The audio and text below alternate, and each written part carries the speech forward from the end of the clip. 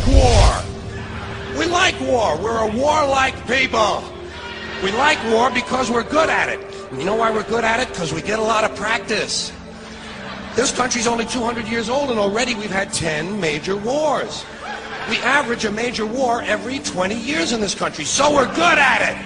And it's a good thing we are. We're not very good at anything else anymore. Huh? Can't build a decent car, can't make a TV set or a VCR worth of fuck. Got no steel industry left, can't educate our young people, can't get health care to our old people, but we can bomb the shit out of your country, all right? Especially if your country is full of brown people. That's our new job in the world, bombing brown people.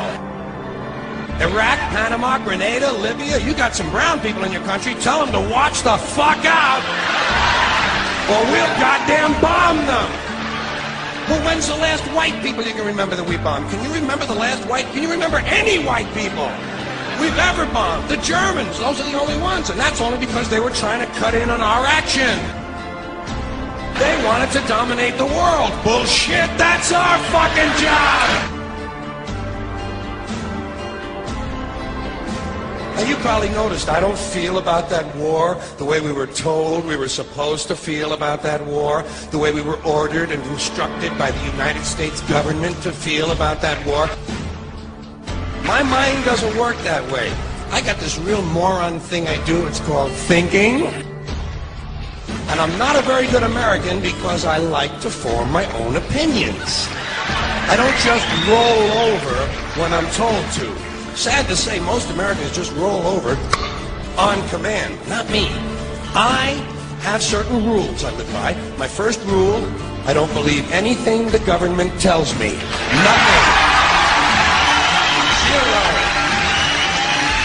Nope. And I don't take very seriously the media or the press in this country, who in the case of the Persian Gulf War were nothing more than unpaid employees of the Department of Defense, and who most of the time function as kind of an unofficial public relations agency for the United States government. So I don't listen to them, I don't really believe in my country, and I gotta tell you folks, I don't get all choked up about yellow ribbons and American flags. I consider them to be symbols, and I leave symbols to the symbol-minded. Now, to balance the scale, I'd like to talk about some things that bring us together. Things that point out our similarities instead of our differences. Because that's all you ever hear about in this country is our differences. That's all the media and the politicians are ever talking about, the things that separate us, things that make us different from one another. That's the way the ruling class operates in any society. They try to divide the rest of the people. They keep the lower and the middle classes fighting with each other so that they, the rich, can run off with all the fucking money. Fairly simple thing, happens to work. You know, anything different, that's what they're going to talk about. Race, religion, ethnic and national background, jobs, income, education, social status, sexuality, anything you can do, keep us fighting with each other so that they can keep going to the bank. You know how I describe the economic and social classes in this country? The upper class keeps all of the money, pays none of the taxes. The middle class pays all of the taxes, does all of the work. The poor are there just to scare the shit out of the middle class. Keep them showing up at those jobs. Politicians know that word. They use it on you. Politicians have traditionally hidden behind three things: the flag, the Bible, and children. No child left behind. No child left behind. Oh, really? Well, it wasn't long ago you were talking about giving kids a head start. Head start? Left behind? Someone's losing fucking ground here. But there's a reason. There's a reason. There's a reason for this. There's a reason education sucks, and it's the same reason that it will never, ever, ever be fixed. It's never going to get any better. Don't look for it. Be happy with what you got. Because the owners of this country don't want that. I'm talking about the real owners now.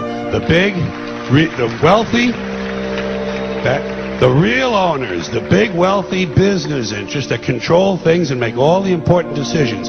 Forget the politicians. They're irrelevant. The politicians are put there to give you the idea that you have freedom of choice. You don't. You have no choice. You have owners. They own you. They own everything. They own all the important land. They own and control the corporations. They've long since bought and paid for the Senate, the Congress, the state houses, the city halls. They got the judges in their back pockets, and they own all the big all the big media companies, so they control just about all of the news and information you get to hear. They got you by the balls. They spend billions of dollars every year lobbying to get what they want. Well, we know what they want. They want more for themselves and less for everybody else. But I'll tell you what they don't want. They don't want a population of citizens capable of critical thinking. They don't want well-informed, well-educated people capable of critical thinking. They're not interested in that. That doesn't help them. That's against their interest. That's right. You know something? They don't want people who are smart enough to sit around the kitchen table and figure out how badly they're getting fucked by a system that threw them overboard 30 fucking years ago. They don't want that. You know what they want? They want obedient workers.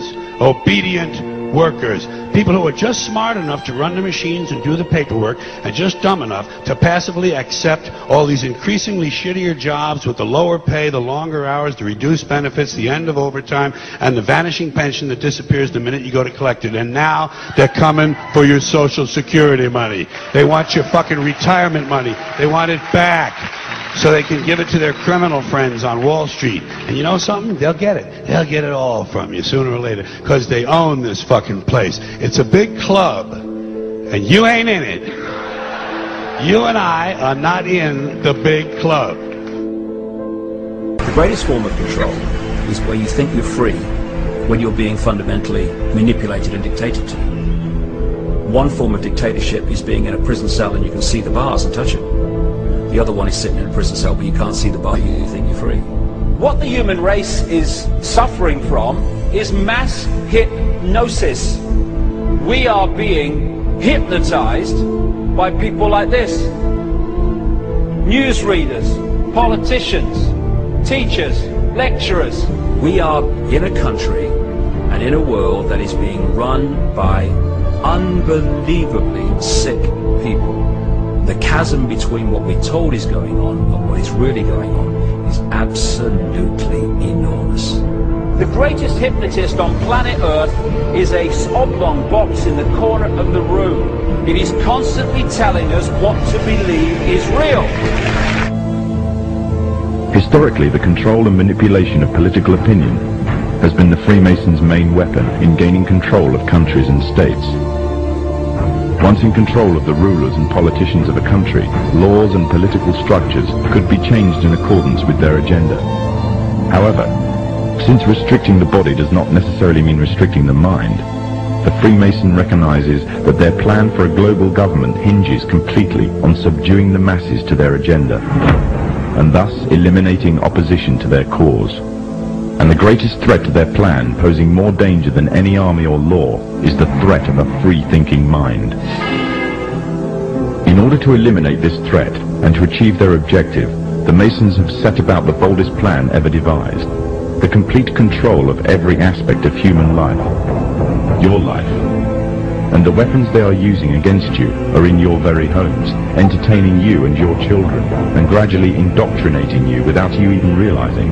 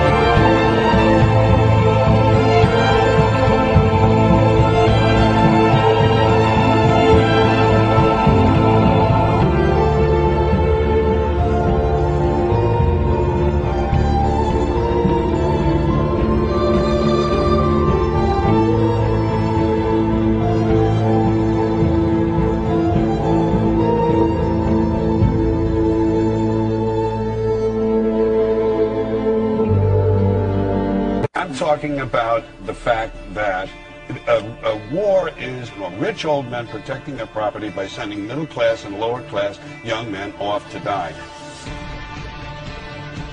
Forget these foolish elections. The owners of this country don't care about the poor in general. Owners of this country? What are we going? Is this Karl Marx talking to me? The owners of this country are the voters of this country. You're wrong about that. Aren't the owners of this country the voters in this country who No, elected George Bush? Listen, for politics, these elections are a charade. It is a charade. Okay. It is. They are meant to. I'll tell you. Listen, just listen for a minute. Learn a little something. Elections and politicians are in place in order to give Americans the illusion that they have freedom of choice. You don't really have choice in this country. All the things that are important, reduced in choice. Newspapers in the city, how many? Used to be 3, 4, now it's 1 or 2. They're owned by the same people, and they also own a radio station. Give these people a voting day every year so that they'll have the illusion of meaningless choice. Meaningless choice, that we go like slaves and say, "Oh, I voted." The limits of debate in this country are established before the debate even begins, and everyone else is marginalized. They're made to seem either to be communists or some sort of disloyal person. A kook, there's a word. And now it's conspiracy. See, they've made that something that should not be even entertained for a minute. That powerful people might get together and have a plan. Doesn't happen. You're a kook. You're a conspiracy buff. Conspiracy buff. Not as a result of a conspiracy, but because... You don't need a formal conspiracy when interests converge. These people went to the same universities and fraternities. They're on the same boards of directors. They're in the same country clubs. They have like interests. They don't need to call a meeting. They know what's good for them, and they're getting it. And there used to be 7 oil companies. There are now 3. It will soon be 2. The things that matter in this country have been reduced in choice. There are 2 political parties. There are a handful of insurance companies. There are about 6 or 7 information things. But if you want a bagel, there are 23 flavors because you have the illusion. You have the illusion of choice. Right. You don't think the real important choice. There's no freedom of choice. That's a great point. Comedian George Carlin has died. A spokesperson says he suffered heart failure in a California hospital last evening. One time they wanted me to find out if there was such a thing as a poison that was undetectable, especially one that seemed to mimic a heart attack, that would kill someone, but it would appear that they had a heart attack. I did find such a thing. Does this pistol fire the dart? Yes, it does, Mr. Chairman, and a special one was developed which potentially would be able to enter the target without perception. The poison was frozen into some sort of dart, and then it was shot at very high speed into the person. So when it reached the person, it would melt inside them, and the only thing would be like one little tiny red dot on their body, which was hard to detect. There wouldn't be a needle left or anything like that in the person. But also the toxin itself would not appear in the autopsy? Yes, so that there was no way of perceiving that the target was him. That's a great point.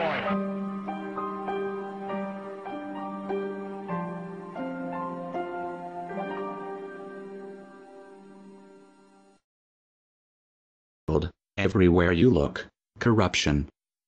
We continue to fight pointless wars over lies, and we are killing innocents and letting our children die in wars just to ensure the Federal Reserve can continue their petrodollar scandal.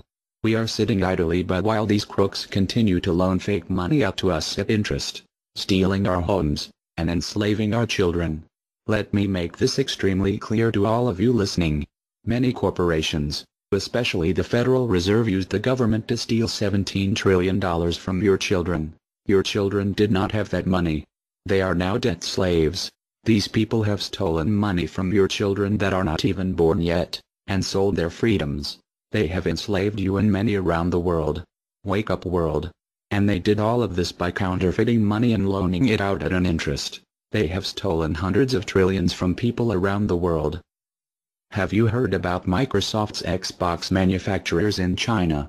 They had to install suicide nets outside their buildings to ensure their employees don't jump out of the window to commit suicide. These are the conditions your children in the U.S. will be working under when the debt is soon owed, and it will be owed. It is not a matter of if it will be owed, but it is just a matter of when. And it will happen as soon as the United States economy collapses, which will happen very, very soon. And if you think because you do not live in the United States this does not affect you, you are wrong. And you are next. The only way we can stop this is if we all unite together and fight it. People of the U.S. are waking up to the Federal Reserve scandal, and the powers that be are currently afraid of retaliation. And that is precisely why they trying everything they can to disarm us. You know how the media has been saying gun violence has been out of control and at an all-time high. They are not simply twisting the truth here or exaggerating. They are absolutely bold-faced presenting lies to you. First off, realize, gun violence in the United States has always been shockingly low. And gun violence has dropped by 49% in the last 11 years. The already absurdly low gun violence in America has literally dropped in half. In half. The fact they are saying that it is at an all-time high perfect demonstrates how biased the government and the media is. If this doesn't prove to you that they have an agenda, then nothing will. Do you remember how the media keeps repeating that there has been 74 school shootings since Sandy Hook?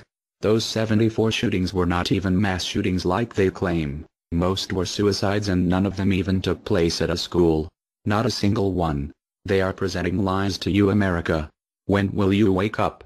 At some point you have to ask yourself, why would the government fake 74 mass school shootings involving children? If they get our guns, we will lose the fight against them. And they will take away absolutely all of your freedoms and you and your children will be forever slaves. And don't forget they purposefully put you and your children into that debt. And because the Federal Reserve is present in all countries, the other countries of the world are next soon after. This plan is called the New World Order. It is the same New World Order the Vice President of the United States called for on national TV a month ago. He said we need to strive for and complete the New World Order. This is also the same New World Order President George Bush and President Kennedy said is our country's lifetime goal.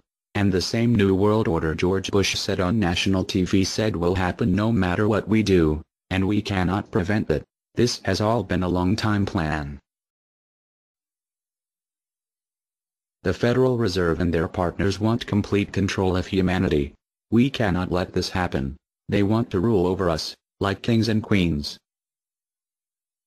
And humanity will be forever lost to enslavement by a bunch of tyrants who have publicly admitted they want to kill off the majority of the population so the masses are easier to control. They are going to wipe your bloodline completely off of the earth. He'll tell you the order of things to happen. The enslavement will follow immediately after guns are taken away and you cannot fight back. If they cannot get the guns before the economic collapse, then they will wait until the economy collapses. When the economy collapses, people will be starving. There will be looters and shootings. The government will insist on taking guns away to help, and as soon as the guns are taken away, then we will fall into a complete dictatorship. Do not fall for it. Remember, they are the ones who caused the economic collapse to begin with. This is the same tactic used on Germans and it worked. So expect it. As soon as the economy collapsed and the masses were starving, the German government asked the people to give up their rights and they listened. And then eventually the government was throwing the naked masses into giant burning hot ovens for mass execution. Do not give up your rights. Do not give up your guns. Fight back, as they were the ones who caused the problem. Just so you know, the people who are behind this Federal Reserve scam and New World Order are the same ones who funded Hitler's campaign. Make no mistake, these people are as brutal as Hitler himself, even more brutal. In fact, now we are going to show you some. Assuming America grows some balls and we win, we will need an overall plan. We have come up with a perfect plan. This plan offers extraordinary possibilities. It will make for the most beautiful and free world you can ever imagine. If we are successful, we can leave a much better for our children. A beautiful world. Watch every minute of the rest of the video. Do not skip a single bit of it, as it is all important. If this one video gets out to and can change the world, this is your opportunity to make a difference. Please.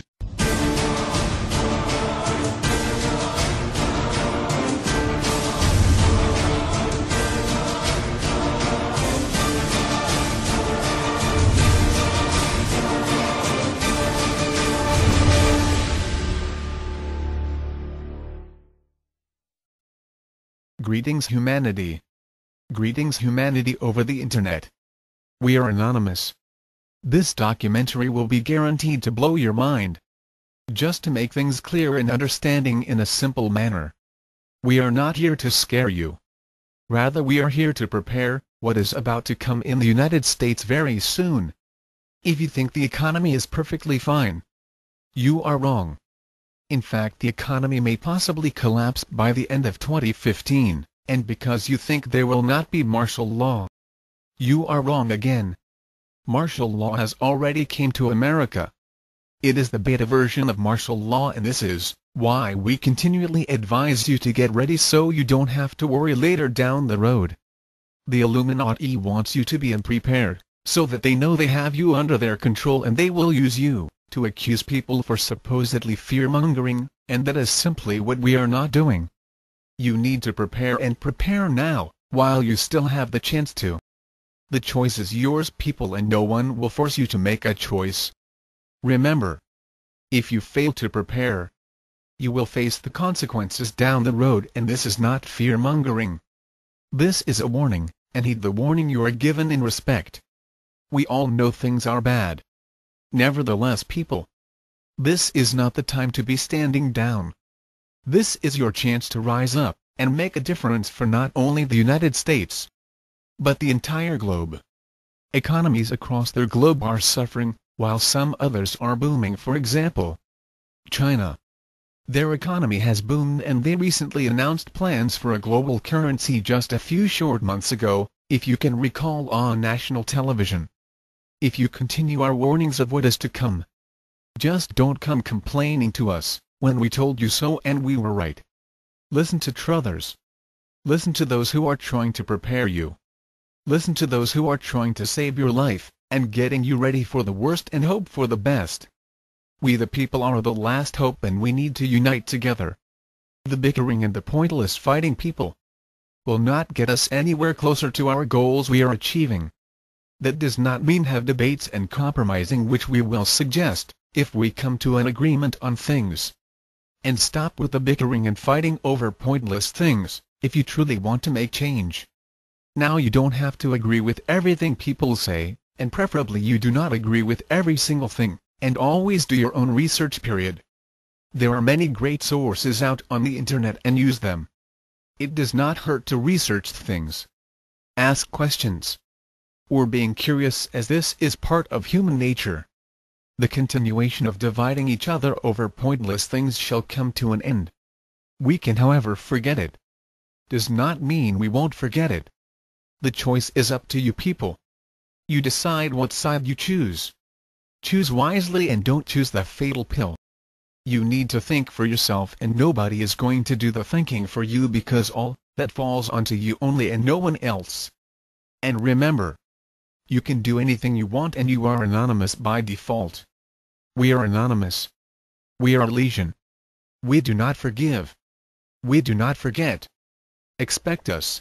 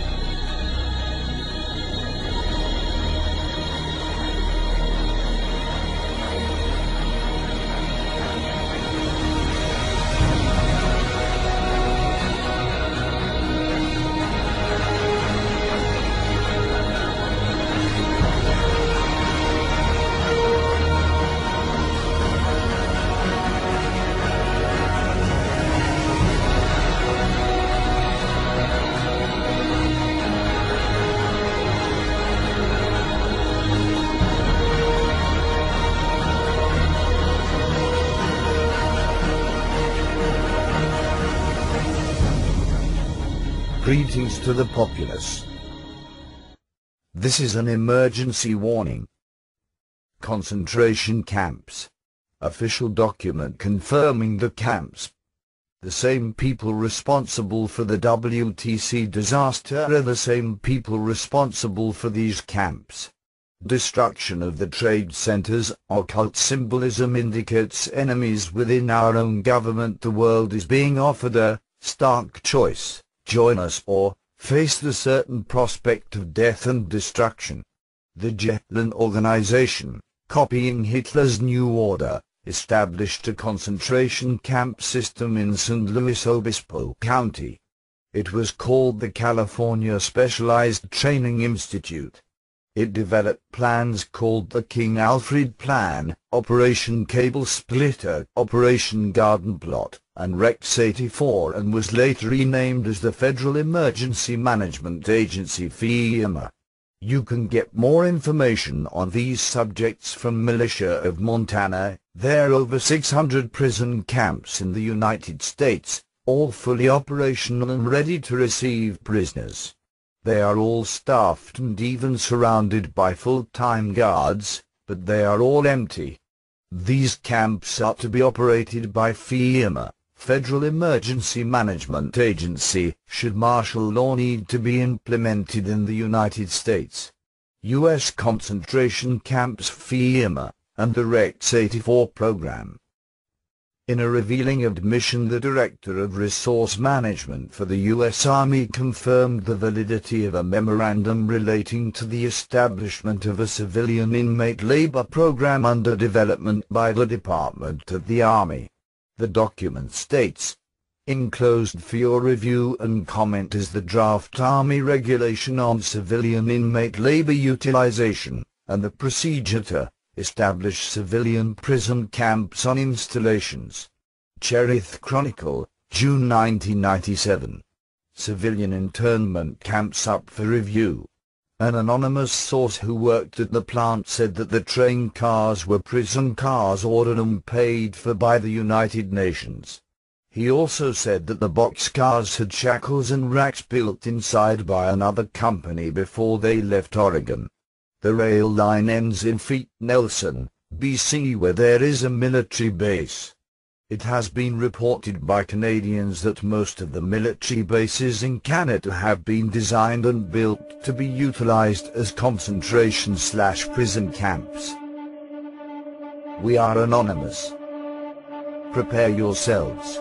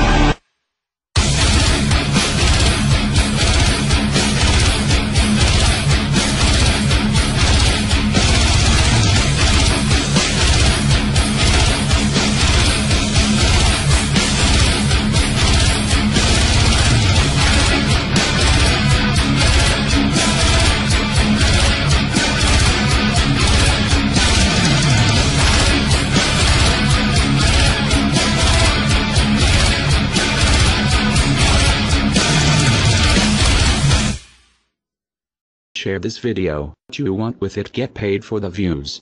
We don't care. Just get the message out there for the world to see. Now sit back and relax, enjoy the movie. FEMA death camps and the red and blue list under martial law. While I have no doubt that the NWO cravers at the CIA have their own list of people to round up and terminate, the actual proper agency behind the now infamous red-blue lists is none other than FEMA Black OPS. FEMA is not here to primarily help you. Under a full state of martial law, FEMA is here to send you to their detention camps to sort out who shall live and who shall die. Those unfortunates whose names are found among the millions of fellow Americans on FEMA red-blue lists will never come out of the FEMA camps alive, although they may have to go through hell before they are finally terminated. Such offenders are essentially deemed resistors of the New World Order, as my CIA and military insiders told me personally. Oh, all of us in the CIA know all about the concentration camps in America and their purpose. We all know that their purpose is to terminate resistors of the New World Order under martial law. Source: Michael Mahoney, 20 years Naval Intelligence, CIA under Bush Sr. For example, the FEMA death camp of the Mojave is a full-gassing cremating death camp, dedicated to the termination of all on FEMA's red-blue lists under martial law. I have previously documented this horrific death camp, and documented the eyewitness accounts of several former NWO supporters who were flown out there. My friends, Doc Marquis, Illuminati, and Elaine Nost, CIA Luciferian, formerly high-level Illuminati Luciferians, but now are supposed Christians for many years, were both flown separately to this facility in the Mojave Desert of California. It boasts a landing strip. According to another contact, a D agent who personally investigated this FEMA facility, it was recently doubled in size to increase killing capacity. It is fully staffed. All staff members wear black SWAT team uniforms. When I asked Doc Marquis what his sentiments were, back when he was a member of the Illuminati and given a tour of his killing facility, his reply was, "Sheer joy. I rejoiced at the thought of Christians being terminated in this place." A chilling response, but typical of this nation's Satanists and NWO supporters. This FEMA death camp was shown off as something the NWO and FEMA was literally proud of. And there are many more FEMA detention camps whose ultimate purpose under martial law is not to save life, but to terminate human lives deemed unworthy of entering into the dawning of Lucifer's New World Order. Know the cold hard facts about FEMA, and then think twice before going meekly to such camps under a state of martial law in your region. We are all on a red or blue list somewhere. Those on the red list will be walked on at 4 a.m. and taken to the camps and probably killed. Red list: these people are the enemies of the NWO. They are the leaders of patriot groups, outspoken ministers, outspoken talk show hosts, community leaders, and even probably net leaders. These people will be dragged out of their homes at 4 a.m. and will be taken to FEMA detention centers and killed. This will take place approximately 2 weeks before martial law is enforced. Blue list: these are also enemies of the NWO, but are followers of the red list folks. These people will be rounded up after martial law is in place, and will be taken to the detention centers and re-educated. Various mind control techniques will be used on them. Most will not survive this. Mr. Springmeyer was not specific on exactly who was on the blue list, but I would guess that people such as you and I are on that list. Yellow list: these are citizens who know nothing about the NWO, which is the New World Order, and don't want to know. They are considered to be no threat at all and will be instructed as to how to behave and will most likely do whatever they are told. Unfortunately, there are too many of these to be effectively controlled, so many will be killed or starved. By the way, once you're in the FEMA camp, they will start chipping the people with the satanic RFID chip 666.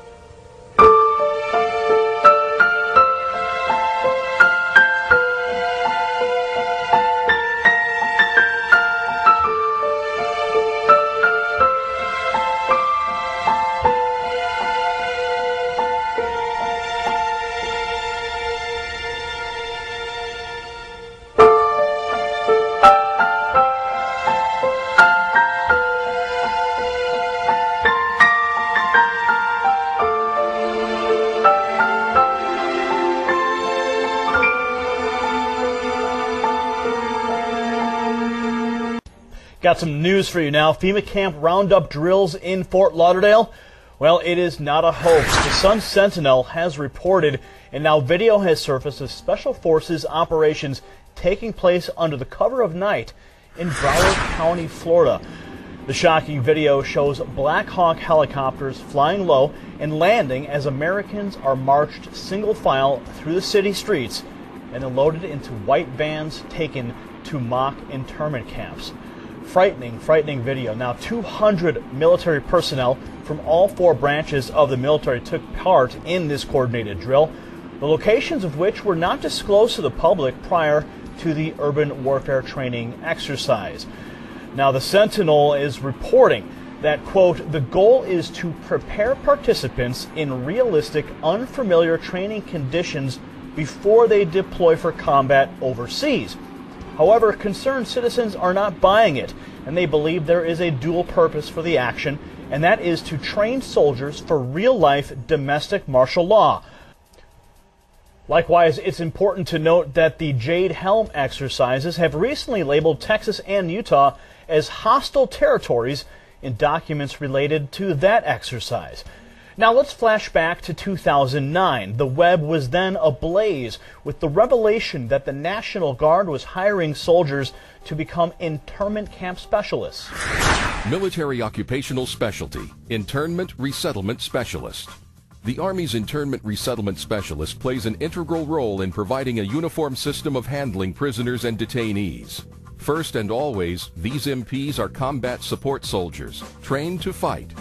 Then as internment resettlement specialists, trained to control and supervise detainees, to ensure humane treatment, and to assist them in returning to a productive life.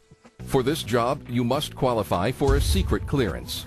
Now, for those of you watching right now thinking that this is just some crank conspiracy nonsense and Americans will never be rounded up and forced into camps, I'll leave you with the words of Supreme Court Justice Antonin Scalia. Now, he recently said in February of 2014, he issued a stark warning when he spoke to a group of students at the University of Hawaii. Now, he was responding to a question about the 1944 Supreme Court ruling that upheld internment of Americans during World War II. He said, quote, "You are kidding yourself if you think the same thing will not happen again. The ruling was wrong, but I would not be surprised to see it happen again.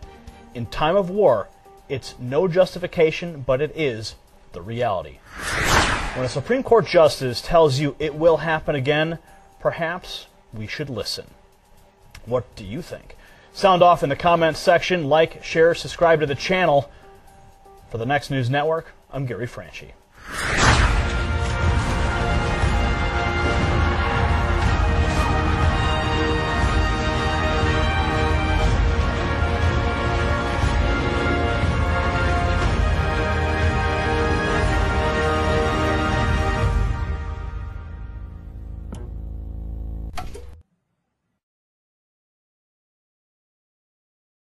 From UFOs to ghost and psychic powers, history is riddled with unexplained events. You can turn back now or learn the stuff they don't want you to know.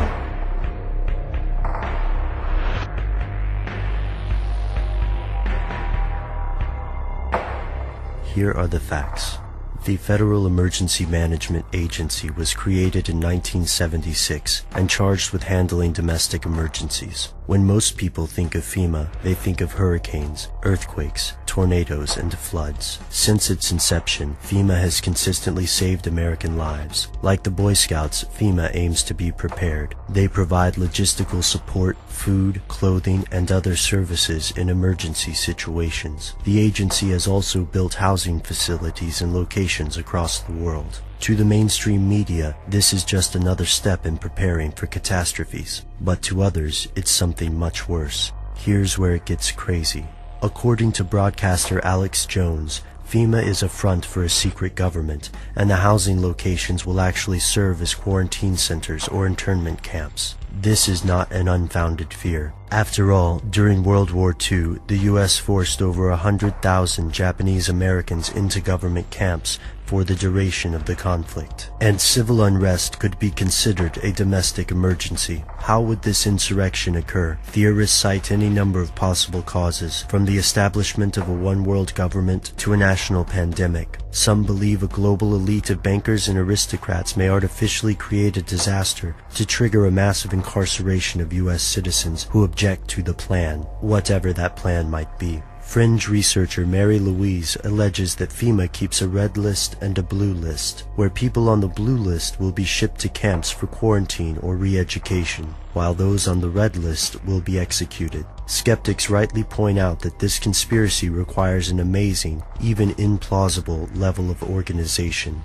Also, a large natural disaster can displace hundreds of thousands of people, so building temporary housing in advance seems like a good idea. Yet there's another angle here. The US already holds the world's largest prison population, with over 2 million people incarcerated. Most of the people who believe that FEMA is a cover for a mass imprisonment also believe in the Illuminati, Freemasons, or satanic conspiracies. Sometimes they believe in all three. The outlandish nature of some theories may make them hard to swallow, yet the facts are foreboding even to skeptics. The federal government has indeed constructed massive housing facilities across the United States, from Oakdale, California to Atlanta, Georgia. Executive orders have given FEMA and other agencies increasingly broad emergency powers, even allowing the U.S. Army and Marine Corps to perform domestic operations. Theorists like Dr. John Coleman allege the focus of FEMA has steadily moved away from natural disasters to concentrate on the management of a hypothetically unruly populace. In 2003, FEMA was incorporated into the Department of Homeland Security. To most Americans, this is just another game of bureaucratic musical chairs. However, it makes perfect sense to conspiracy theorists. Before you reject this theory, take a look at the laws surrounding the Constitution, FEMA, Homeland Security, and other related agencies. Pay close attention to Rex 84, the Patriot Act extensions, Operation Garden Plot, and the executive orders that created FEMA. Conspiracy theorists think these documents are only the tip of the iceberg. The rest, for now, is stuff they don't want you to know.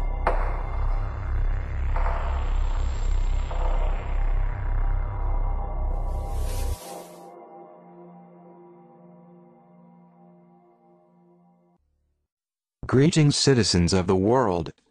Department of Homeland Security teaching kids to go to FEMA camps in a time of crisis.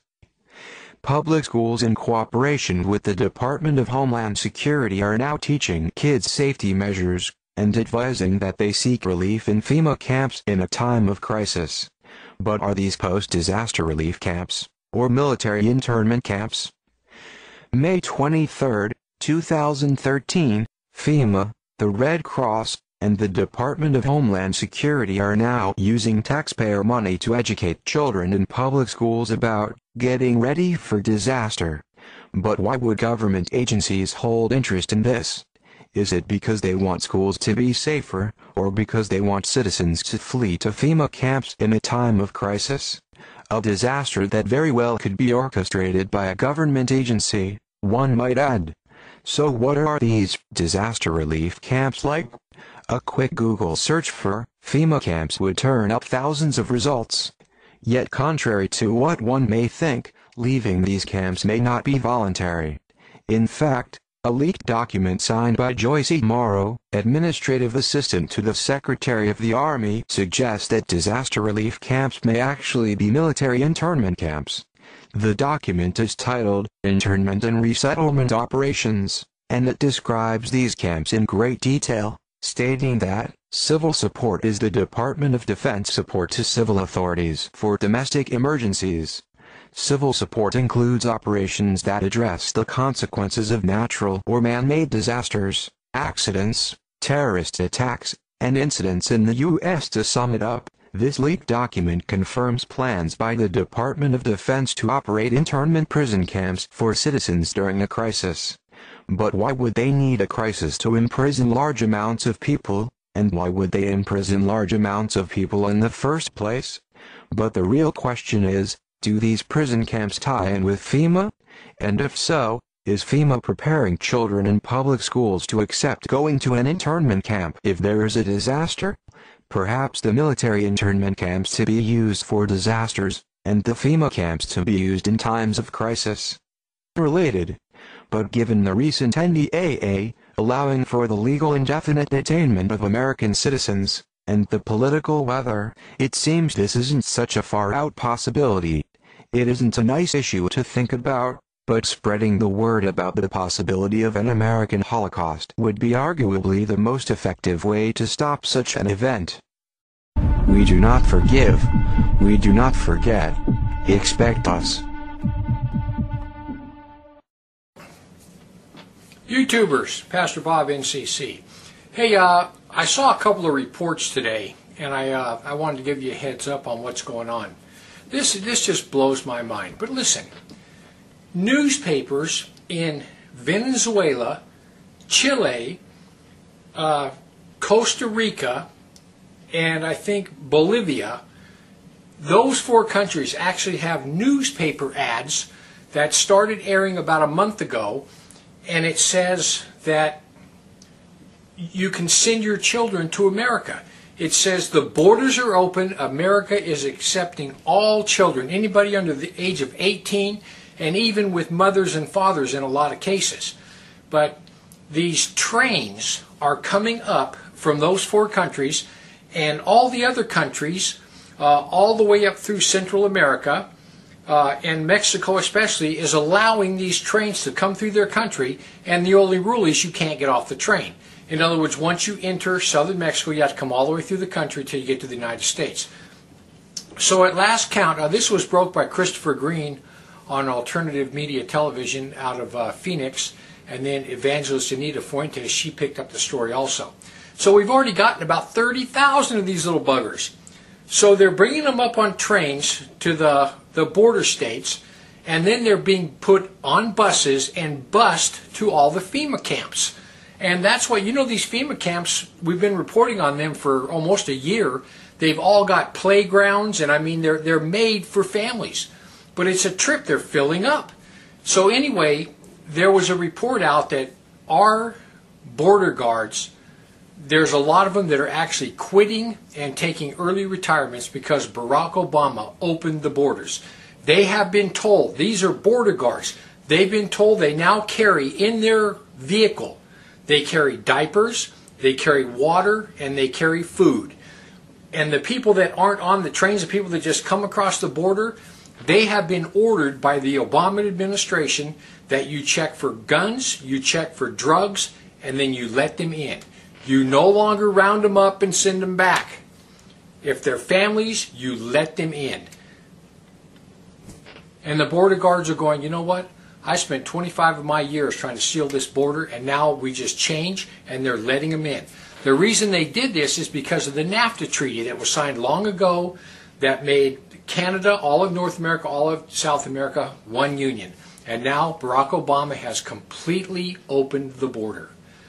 So that all broke about 3 days ago, and they showed the headlines. I saw them with my own eyes, the headlines right there where, okay, America, come to America. You will not be arrested. They will give you free food, free housing, free medical, free education. That's what it says. If you got more kids than you can handle, send the ones you don't need to America. Free food, free medical, free housing, everything. Send them up there. You know what? This is the change that Obama talked about when he ran for election. When Obama ran for election, he vowed to change America, and man, did he ever. And you know what? All the people that voted for Obama, they're as happy as can be. They're as happy as can be because they got exactly what they wanted, a socialist America. The freedom fighters, the veterans, the preppers, all the people that believe in the republic, people that believe in the government by the people, for the people, the right to bear arms, freedom of the speech, all those. This is what you do. This is what they're doing. That little pocket of people, and we are the minority. Listen, all the idiots in America, they voted for Barack Obama. All the idiots. In America right now, the idiots outnumber the people with common sense. And that's why America's lost, and it will never be the same. Because we have a government run by idiots, voted in by idiots, who are bringing in more idiots from all over the world. The people with common sense were outnumbered, and our country is gone. Let me tell you something. When Barack Obama promised to bring about change, this is what he meant. He's going to take the working class of America, the taxpayers, and he's going to put the screws to you. And right now, with everything that's going on, all these aliens that they're bringing in from everywhere, we are screwed. We no longer have a manufacturing-based country. It's all service-oriented. They're bringing in all these people because every job in America soon will be almost minimum wage, service-oriented jobs. That's all there's going to be.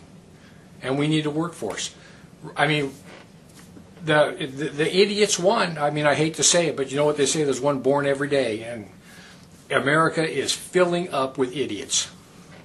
If you're a person with common sense, America's never coming back. You might as well just give up. We're done. America was a nice experiment that they tried a couple hundred years ago, and it turns out that greed and moral filth and a bunch of idiots running it won. Man, hard to see. Hard to see. But you know what?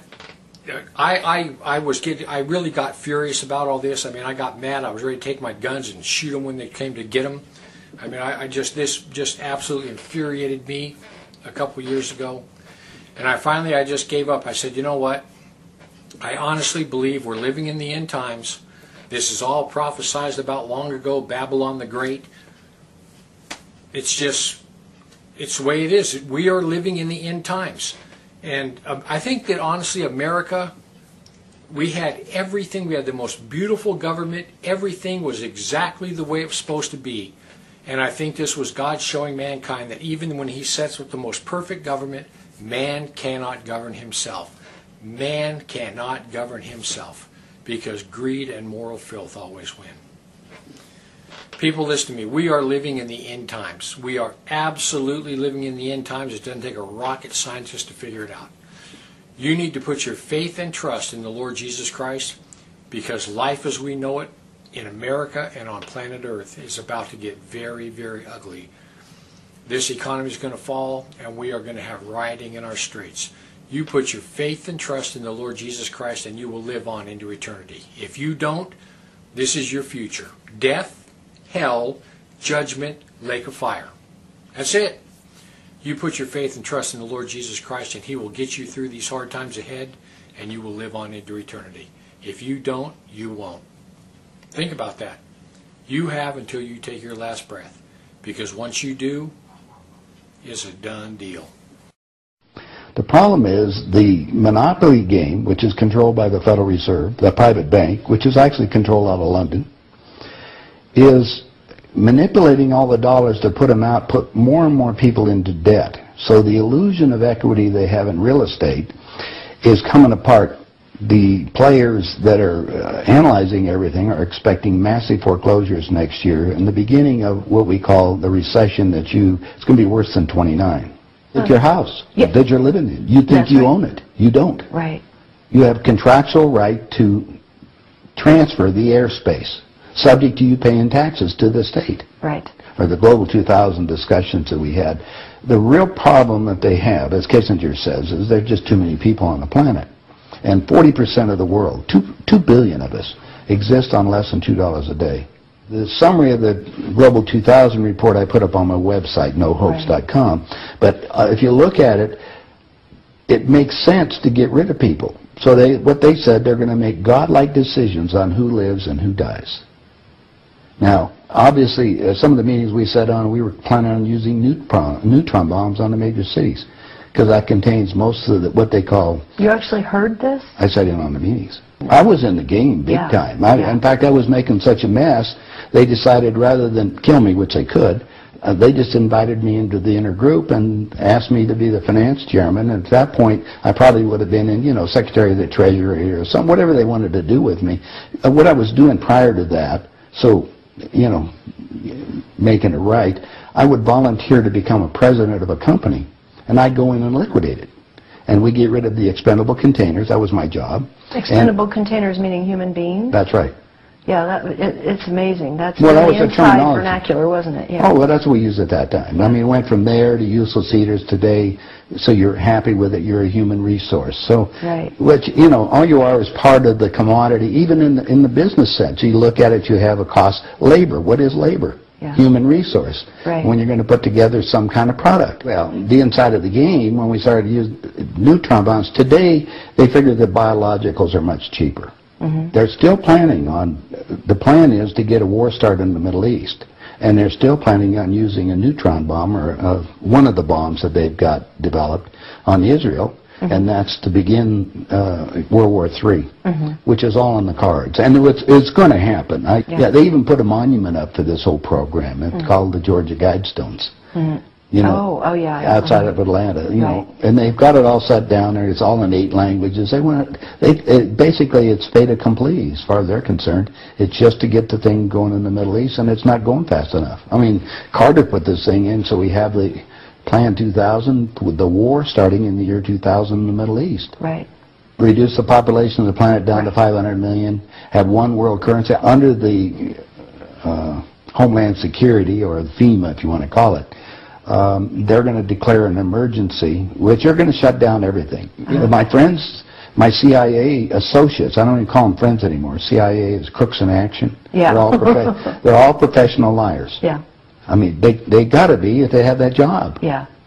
So you have to look at what they're doing. Anyway, they're so concerned they're leaving the country too. Most of them are going to Latin America. Meanwhile, they're closing in every day right now, just closing in to make it so we're going to be set up in these enemy prisoner of war camps. I published a book. It's called Chaos in America. Mm-hmm. In it, I was asked to build an enemy prisoner of war camp. I put the contract in this book, so you can read it for yourself. This is in downtown Las Vegas, right on the railroad tracks. It says enemy prisoner of war camp. They're all on top. And they're building them all the way across the United States right now. Bush signed an executive order taking the old forts and the army places that we shut down to get those organized to hold the so-called dissidents. Now, what's the definition of a dissident? And the problem is that we're going to enslave ourselves, because most of the people want to keep having food coming in, and you're going to follow the line. You're just walking yourself into your own prison camp. Then we're going to come down to the extermination, just like World War II. Right. Well, Phil and I have lectured together. I know Phil Snyder. He's dead now. Yeah, I know he's dead. And so what about what he was saying about the number of bases at that time? I think it was 129 bases before he died. Underground had already been built. Is that all for the elite? Yeah. Really? What are they going to do with the rest of the people? They just get rid of them, leave them above ground, and be radiated. Now, my son happens to be a nuclear physicist. Mm-hmm. Spent the last 3.5 years in a secret city in Russia. They're about 12 years ahead of us. They have 22,000 nuclear warheads. And of course, we're the target. The Soviets have 3 nuclear submarines on the west coast and 3 on the east coast. They're about 2 football fields in length, 5 stories tall, and they all are nuclear power and aimed at our major cities. West Coast gone. Well, because the plan is the northern hemisphere is where they're going to release the nuclear bombs, and the theory was that the winds from the North Pole that are coming down, because that's increasing drastically, will go to the equator, and there will be very little spillover because of the reverse of the winds, because of the southern hemisphere. Okay. So therefore, the nuclear radiation here will be a lot more than the southern hemisphere. And this is a fait accompli, you believe? Oh, they think so. Oh, yeah, they think they've won. That's the reason why they don't bother about me talking about it. They don't care whether you know or not. What are you going to do about it? And you have no idea what China is until you go over there for yourself. With 1,300,000,000. You understand? Almost, well, a little over 4 times our population. Right. It's, you know, I spent some time over there and I had some government friends. They think what they're going to do is let the West go have its fight. And then they want to clean up. They say it's been 5,000 years. We want to run the world when we get through. And what they're doing? Acquiring all the assets. They figure that Canada and the United States, the property there will, the food growing areas will be enough to take care of their people. And that's what they're looking at. Why are they? I mean, they bought so oil. the U.S. will become a resource. Yeah. Whatever's left of it. Whatever's left of it. Yeah. you seem to be in a unique position to be able to put a fair amount of this together, which is quite interesting. Well, I walked my talk. I played the game. You played the game. You know one level of it. And I used, like I say, I used to play around with the world leaders, so I know what they're planning on doing. What change of heart? What happened in you that made you decide to share this information that happens at the inside levels? Well, it come back to a moral situation that happened to me, I think. When I flew to Aspen. I brought my 2 daughters up there so they could go skiing. And when I was invited to this meeting. When I walked into the room, the world leaders were there. And that's when they asked me to be the finance chairman. As they said, we'd like you to be the finance chairman for the next president of the United States. And the first thing I asked is, why me? And they said, well, we owe you a favor. Remember I told you I volunteered to be president of companies as I went down? And then you liquidate, yeah. I didn't charge them anything for it. It was just a game. I see. And anyway, that's what they said. So I thought you'd be good on the team, yeah. I'd be good. I'd be a team player. I just did it because it was, another one of these things. So next thing I asked them, I said, well, wait a minute. I just started this $100 million project. And they said, don't worry about it. We'll put it on ice. And I said, okay, who with? And I said, well, you can do that. Then I said the next thing was, who is going to be the next president? Now, this is 2 years before he became president. Right. They said Jimmy Carter. And I said, Jimmy who? They said, well, he's the Democratic governor of Georgia. And I said, I've been voting Republican. And Paul Volcker said, son, don't worry about it. We control them both. Yeah. And I said, well, I got the next question is, what does a finance chairman do? Yeah. I haven't been doing that. I've been playing all this other stuff. They said, will you sit down with Ted? And so I sat over with Ted Kennedy. He's sitting right next to me. And Ted and I are, he's just joking. He says, George, you're going to love this job. You're really good with money. We're going to send you out to all the state Democratic functions to raise money for the National Democratic Party. And he said, you're going to meet some real foxy ladies. And just then, my daughter walked in. Ted looked at her and he says, wow, I want to go to bed with that. I says, no, you don't, Ted. That's my daughter, and she's 14. And his response to me was, I don't care. I was livid. I really didn't know what to do. So it was that moment Well, of wait a that minute. personal insult. That was part of it. Yeah. I got up and I walked across the room. Yeah. I then talked to Pierre Trudeau and his wife, who was the Prime Minister of Canada at that time. And I'm sitting in front of them was a little half cigar box full of white powder. And then I'm looking around the rest of the room. I said, my God, something hit me at that point. If the world leaders have to resort to this, I don't think I want to be part of this thing. I mean, even to the even to the pollution and getting everything else they're talking about, getting rid of all the other people. I mean, I was raised in a packing house and slaughtering animals, and you get to the point where people are just animals at that level. And then I found out a little bit more about the details of the Plan 2000, of the annihilation of the entire planet. I said, I got to stop these people. There's something there. I mean, it's just, they got to be stopped.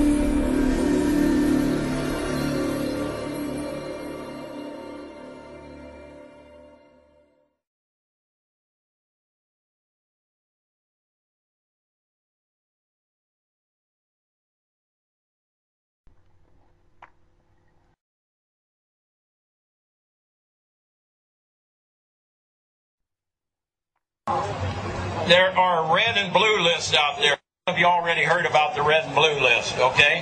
And some people are calling my radio talk show on Genesis Communication Network and on the Great Republic Broadcasting Network. And praise God, we got the owner of Republic Broadcasting Network. I think he's going to speak right after me, John, wonderful patriotic American.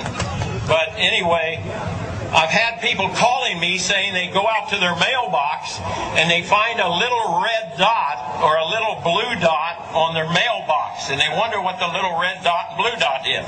Well, it's marking your mailbox by the government, so when foreign troops come in here on us after martial law, if you have a red dot on your mailbox, they take you out immediately and shoot you right in the head. But if you have a blue dot, they take you to the FEMA camp.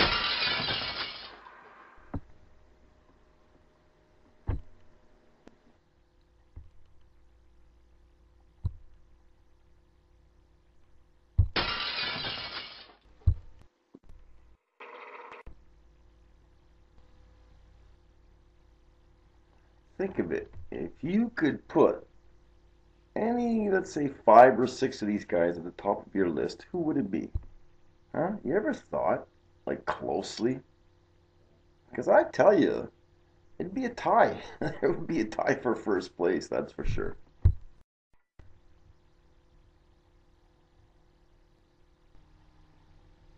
This cunt, Dianne Feinstein, we all know she does it for the money. Oh God, are you for real? We know what you're all about. You know, she's against the Constitution of the United States, and she gets paid well saying it. Oh, the Second Amendment this, the Second Amendment that. Who are you kidding? Who are you kidding? Yeah, they've got guillotines. Yeah, I know that. I know the FEMA camps, they've got guillotines to show the people, to scare them. But wouldn't you just love to put her on a list and just go crack? Eh? How would you feel? How would you feel, Dianne Feinstein? Eh? Huh? How would you feel? Yep. Goodbye. Cunt.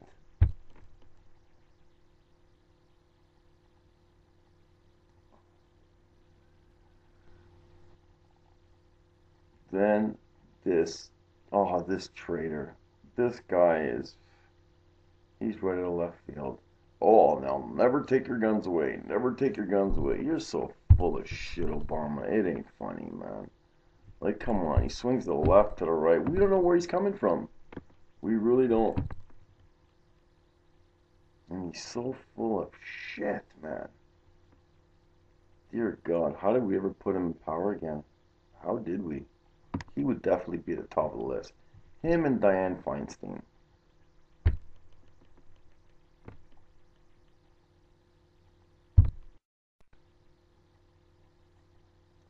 Man, this guy's scary.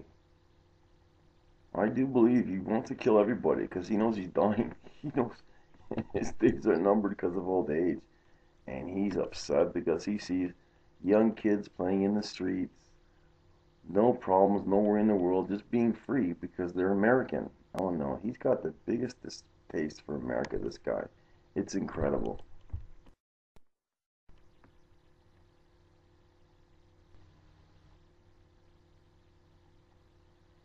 $100,000,000% this guy'd be on the list.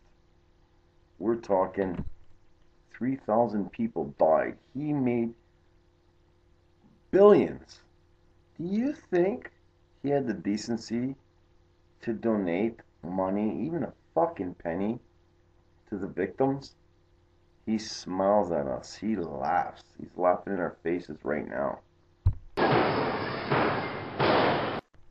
That's where I put this guy, man. Life. And I put him in a closet, 24-hour. The bastard that he is.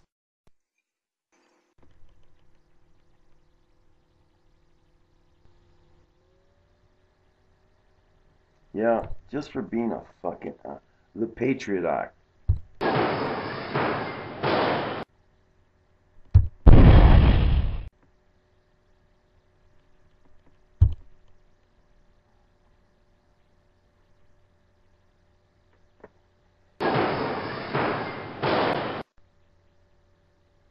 Oh yeah.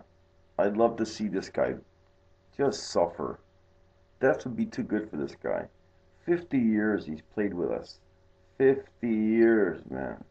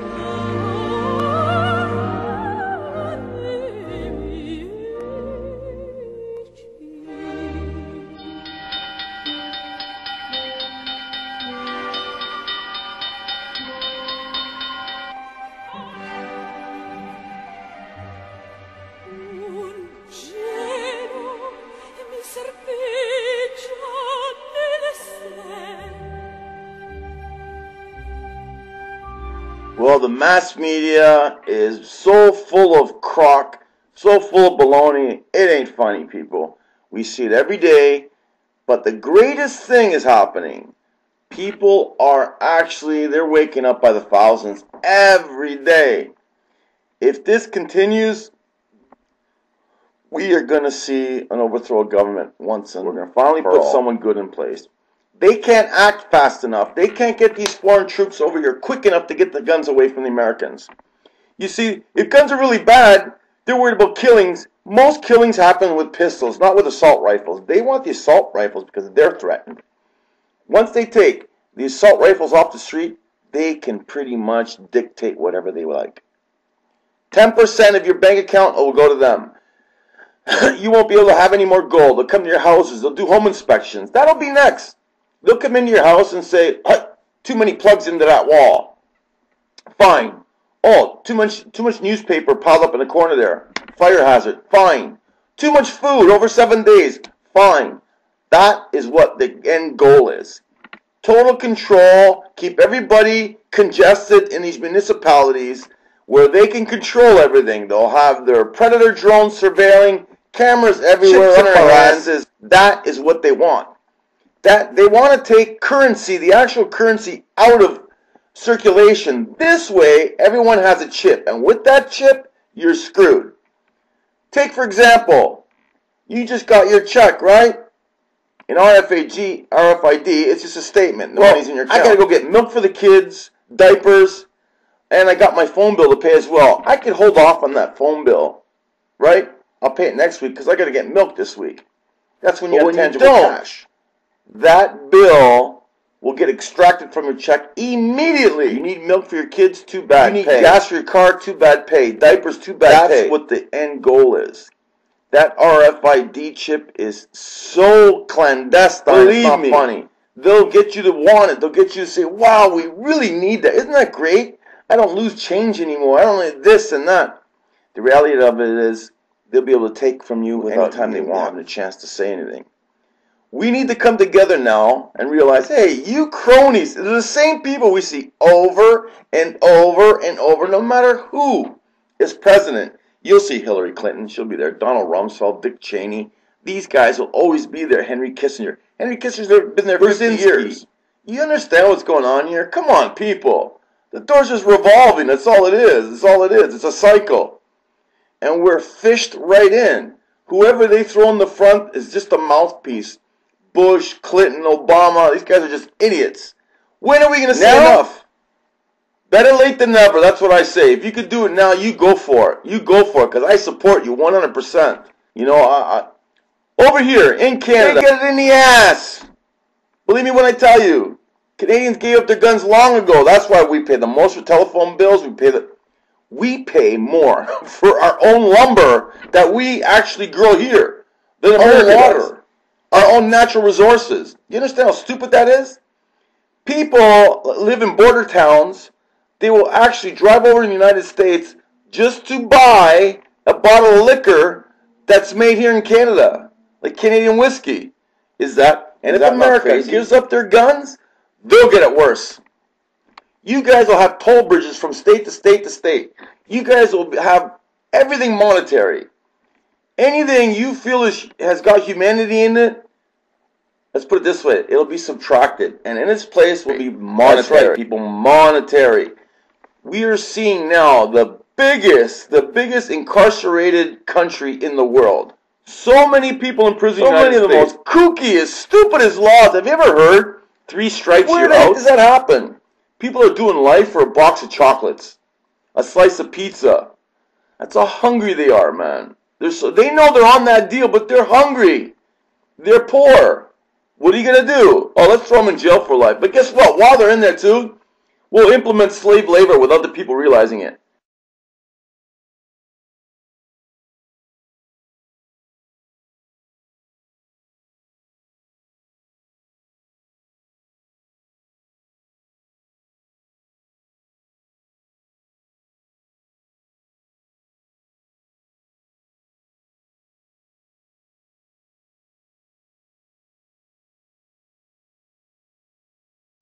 Because all military equipment and accessories are built in prisons. Appliances are all built in prisons. What do you think they do?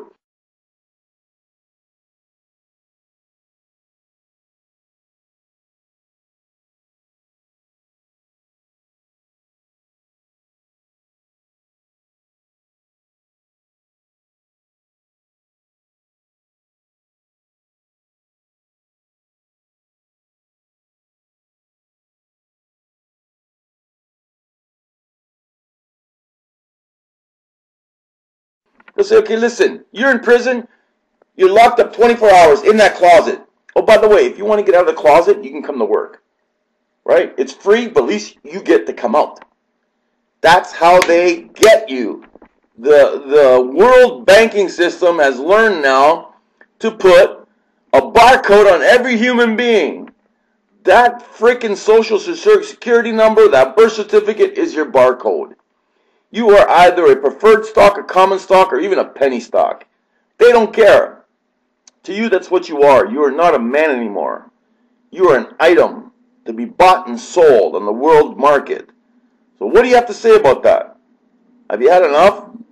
Look at the people here that want to take the guns away. Feinstein. You should ask yourself, who is on your payroll, Miss Feinstein? Huh? Who pays you and who do you pay? Because the people are paying you to do what you're doing, to lobby for the guns. Hillary Clinton, you are such a traitor. You flip-flop back and forth. It ain't funny. The deal is this, Hillary. You want more money, more for you and none for anyone else. That's the reality. You're a goddamn Satanist. It's proven. Doesn't anybody even realize she's taking the star-spangled banner, beautiful thing with the stars. She reverses the stars, and then she comes out and speaks to a whole bunch of audience are going, wow, Hillary, you're a beautiful, nice person. She's a Satanist. I wanted to purposely put this out there because a lot of people don't believe me when I tell them. Look at all the people facing Hillary, not even realizing behind them lies our noble, our humble star-spangled banner. And the stars are upside down, representing Satan. It is a fact. What kills me the most is how they listen to her, not even understanding how deep in the occult she really is. She actually prays to Satan. She hates people, by the way. The 99%, she has learned to put a mask on. It's role-playing for her. This is not like, you know, nice. It's not a nice thing at all. The people in front of her right now, she is trying to indoctrinate. She is trying to manipulate and coerce. That's what she does best. She's practiced. She's been in the occult for many years. A good 30 years. Even in her hippie days, she was into witchcraft and all that. But now they've gotten even deeper. She has separated herself from humanity. Do you understand? People are goyams to her. They're just chattel. They're not even blood-pumping, heart-beating people to her. You're just tools that she can use to manipulate. And she's been doing a great job doing it.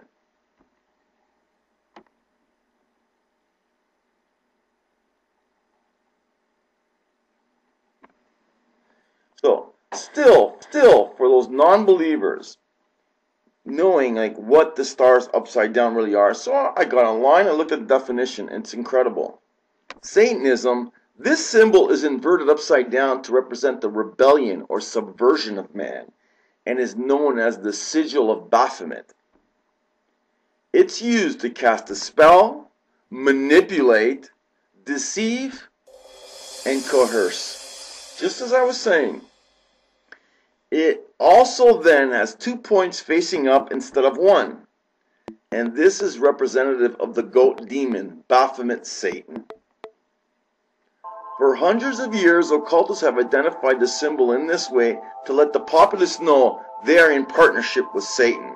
And they are in no way holy, generous, loving, or caring. You see, on stage, they portray a loving and caring. That is not the real person. They even prove it to you that behind your back, they have the star-spannered banner and with the stars upside down to show, ha, I've got you. You're under my spell and I will kill you.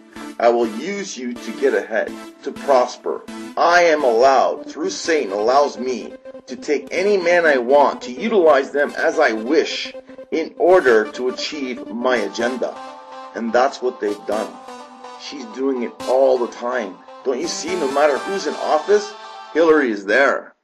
It's like a rotating circus. It's all a charade. It's a facade, people. Fact.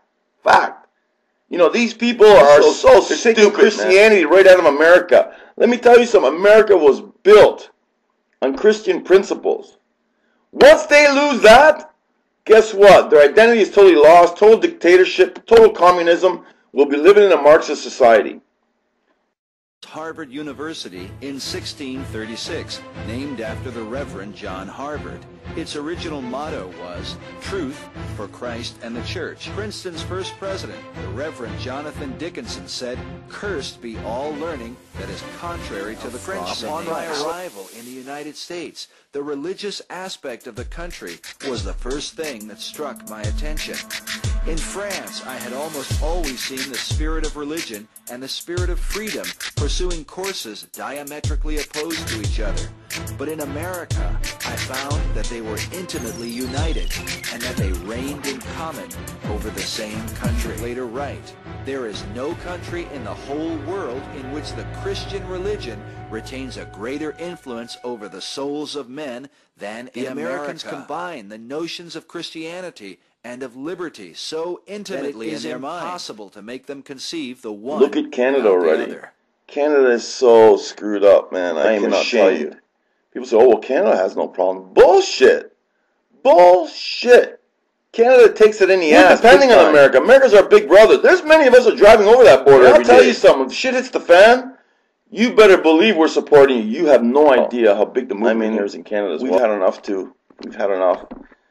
We're just upset because we don't got no ARs. We don't got assault rifles, man. We just got shotguns, hunting rifles. But that's good enough. Because if we're fighting tyranny, if we are fighting the big, bad devil himself, the slave rider, then we will do what it takes. I will put my life on the line to defend liberty, the sovereignty of our country. That's what society has done for me. It's made me realize, hey, we're all in this thing together. 50 years from now, we won't be here.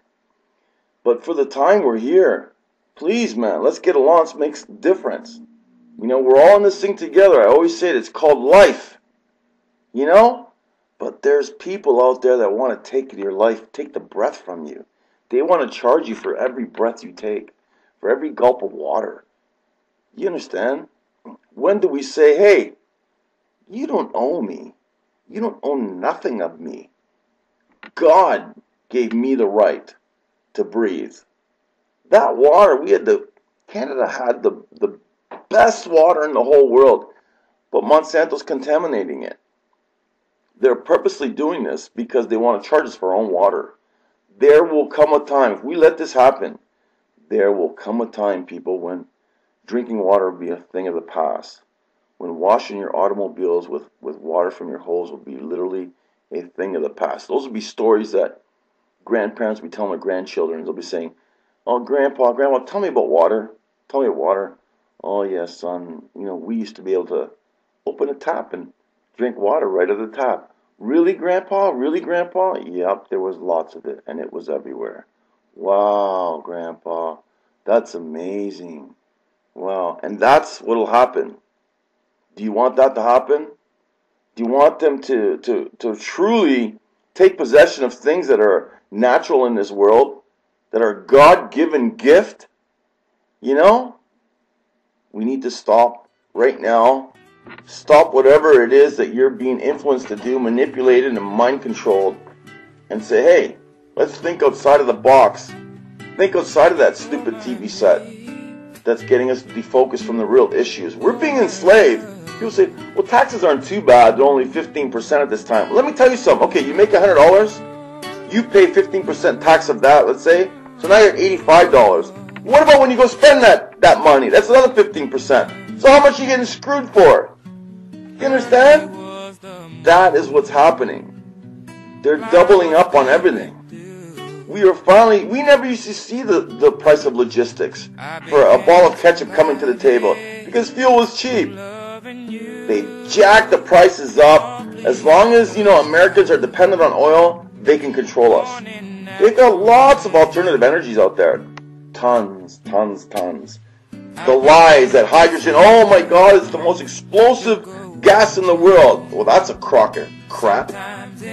They've got ways of making automobiles today that actually produce hydrogen on demand. As you need it, it throws it into the carburetor and away it goes. And guess how much it costs? Zero! Insurance.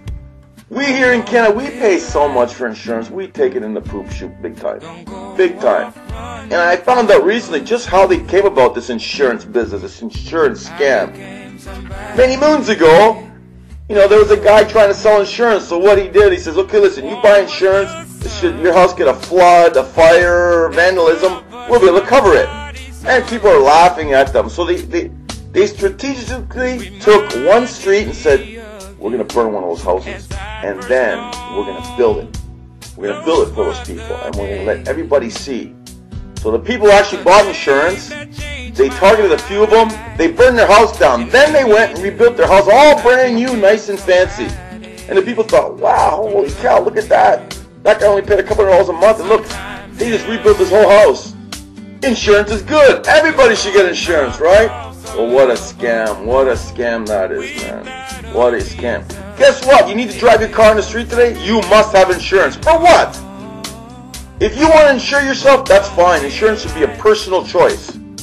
If you want to drive it on the street with no insurance, that's your prerogative. If you smash, you get hurt, that's your fault. If I smash into somebody else, he doesn't have insurance, that's too bad. He should know he should have insurance. Insurance should be for yourself, your only coverage. Not if you hit somebody else, cover that. No, everybody should have personal insurance because accidents are an accident. It's all a setup. Everything is done by design. Christ, you can only go 60 kilometers an hour at the most on any roads. The highway's what, 100, what is that, 70 miles an hour? But yet you ever realize the average grocery getter will go 160, 170 kilometers an hour. Maybe more, 180. I'm talking the Hyundai, The little 4-cylinder. Even a smart car will bury the needle. Why is that? You know what I mean? It's all done by design. These globalists know problems make money. Without a problem, there's no money to be made for these pricks. You know what I mean? Accidents, boom! Insurance companies make money. Auto body places make money. The gas station make it. You need gas, you need food, that's a problem. Well, you gotta buy it. Money, money, money. You see how things work. We need to unite. We need to come together and say, you know what? Basta. There's an Italian saying that says, basta. Enough. Sick of you bastards. What do you think? We're that stupid? We're going to pull over now? Now you think those foreign troops are going to come over here? Realizing that the whole country is awake? Those guys would be like praying on their hands and knees saying, oh God, just let me get out of this thing alive. Because they're going to come over here and get the shit kicked out of them. Believe me when I tell you. Our American soldiers are top notch. Our war veterans have heart. They already proved themselves they defended our country. They're liberators. But yet now you've made them portray themselves as occupiers. And they're not. I'm just blowing off some real pissed off steam today, people, man. I'm Frank Serrano from Liberators of War. Remember, we're all in this thing together. It's not called making money, man. It's called life. What are you doing about it, man? Get together. For the 99%ers out there, I love you, man. Support your brother. And like I said,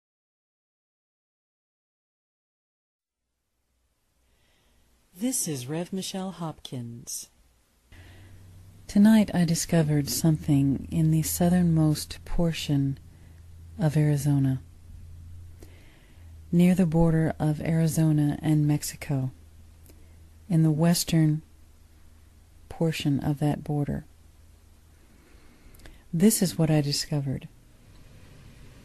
This is a huge prison complex, fully operational, people living there. First of all, there is a road that goes around the entire complex, lined with a fence that goes around the entire complex. Inside that fence and road, there's another road that goes around this portion of the complex. This is portion number 1.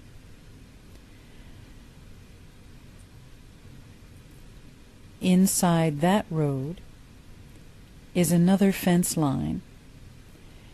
And when you take a look at the fence line, you realize it is bent inward with barbed wire. Very high and bent inward toward the facility, meaning this fence is not to keep people out, it is not to keep people safe, it is to keep people in. That automatically makes it a prison. We have light and camera all along in between this fence line and this barbed wire fence line, which is the basic layout of a prison. Part 1 of the complex, we have 1, 2, 3, 4, 5, 6, 7, and a center building with one large field in the middle. All of the buildings seem to be fairly well equipped.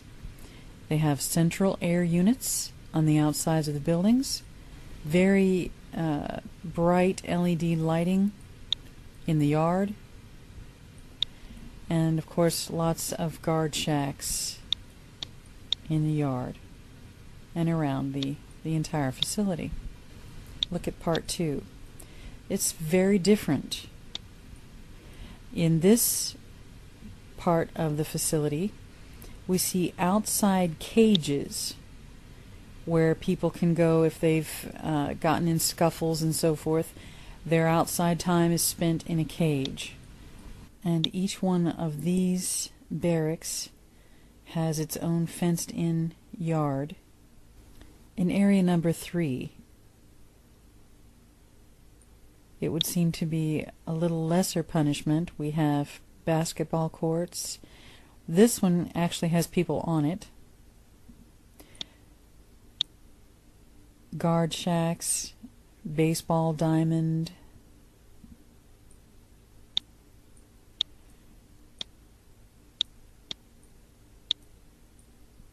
Each building has its own fenced-in area, as well as the main yard.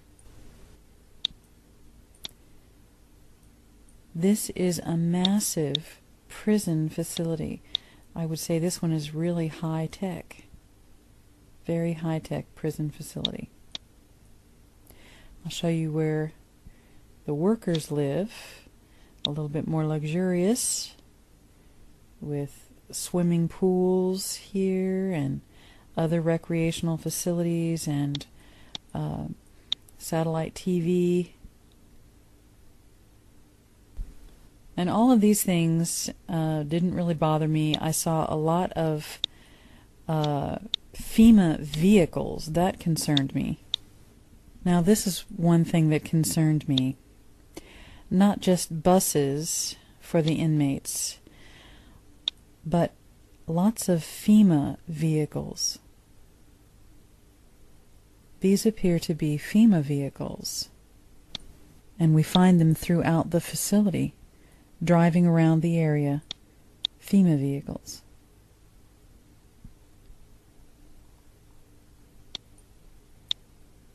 Like that. Lots and lots of FEMA vehicles. Both prisoner transport vehicles that are FEMA and individual agent vehicles. That concerned me. Number one, this facility is not listed among the prisons in Arizona, though it is very prominent prison out in the middle of the desert east of Yuma, Arizona. Now, associated with this prison, across the road are these very strange fields. When I looked at them, they're pits of some sort, fairly deep, I'd say about 6 feet deep or so, 8 down and 8 across, with some in the middle, with a huge long pit in the middle, so deep that water has seeped into it. In the middle of these pits is what I believe to be a killing field. This is what disturbed me more than anything else. One of these pits that has been dug down into has a fence around the entire pit. It's an entire pit just open, where you could bring a great many people to stand around. There's no place to sit. There's no place for recreation. There's no one digging there. The only thing in this pit, besides one lamp giving light to only this area of the pit, is this structure. Now realize this is smaller than one of those FEMA vehicles. That's how zoomed in we are. This is about the size of a FEMA bus. It's not as tall as this light outside the fence line that is showing only on this area.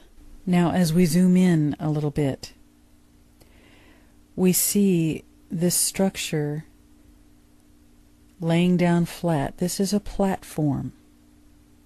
This is a light with a shadow. In front of this platform is another pit, a spill pit. What we see right here seems to be a slab, perhaps a slab a person could lay on for punishment. The only punishment, it seems to me, that could be meted in this great huge field with nothing but standing room, one light, one instrument of torture or death, would be a guillotine. This looks like the plank the person lays on. It turns down and is pushed into the guillotine. The person's head goes here, And if you look down on the ground already, it would seem that this may have already been used once or twice. Where are the bodies? Perhaps they have already been packaged. Now we have in this country states that allow beheading as part of capital punishment as a choice for the person who is being punished so that their organs can be saved for transplantation.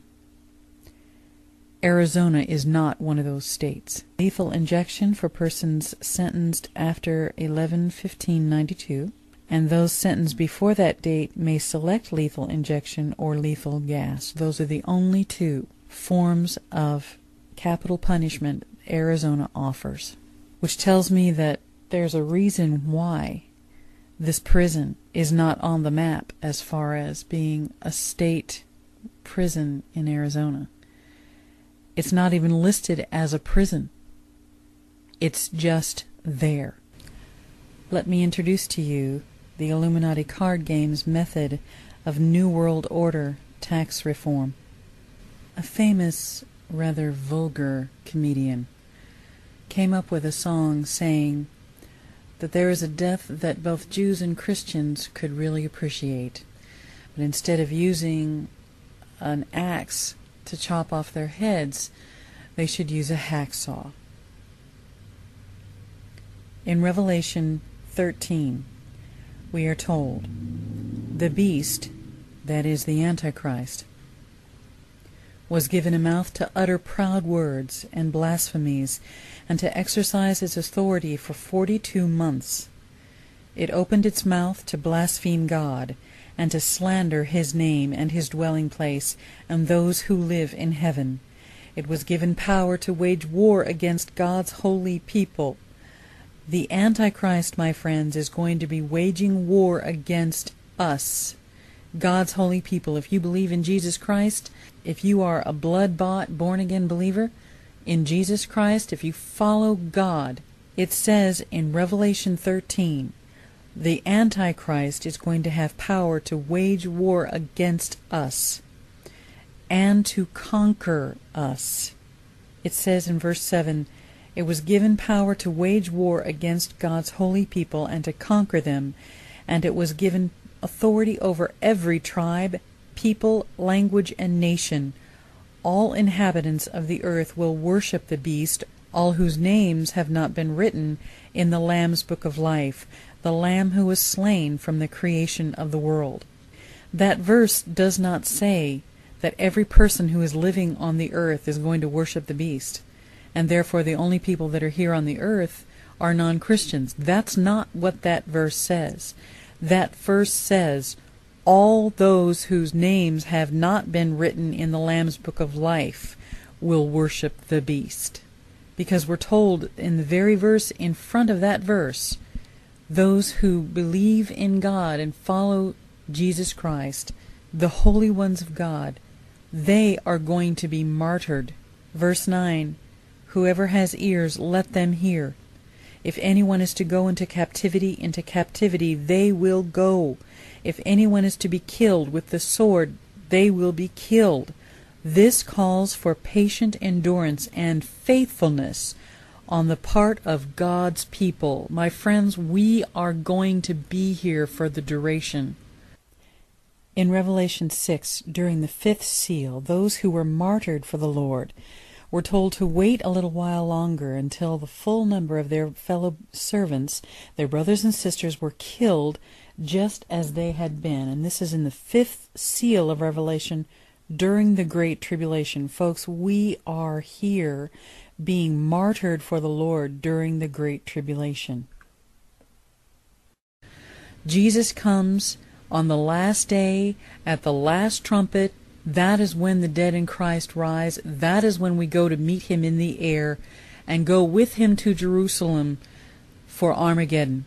And after that, the wedding supper of the Lamb, which happens in Jerusalem, by the way, right after Armageddon, as Jesus takes his throne in Jerusalem for 1,000 years to rule and reign, and we with him, who follow him and believe him and who are caught up to be with him, and from that day on are with him forevermore.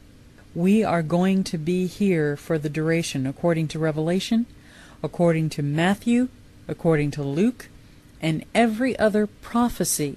We are here when Jesus returns on the last day at the last trump.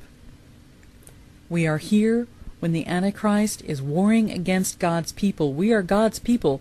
We will be warred against. Even as God's wrath is coming down upon them, their wrath will be coming down upon us. They will be conquering us.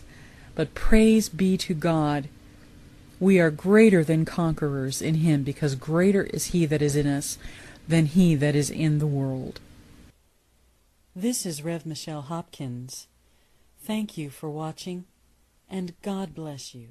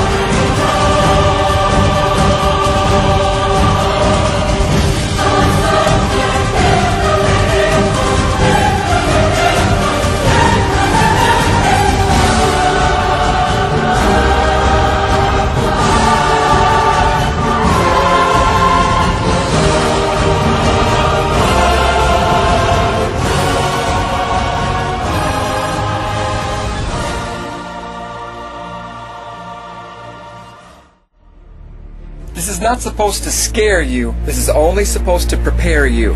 For those of us who have been watching and studying the Word of God, we know about the prophecy that says that the Christian saints will be beheaded for their faith in the last days. During the tribulation hour, many will fall away from the faith because of fear.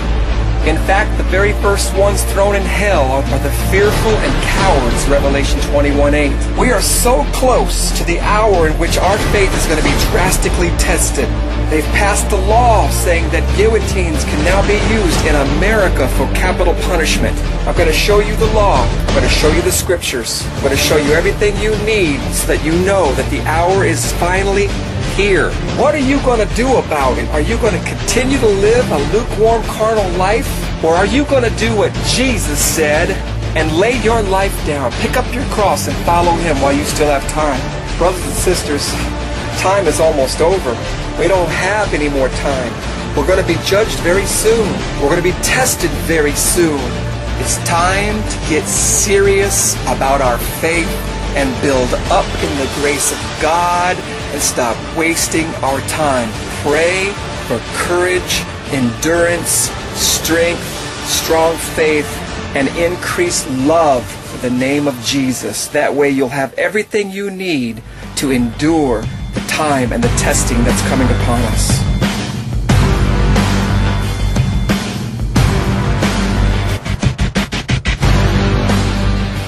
Christian greetings, everyone.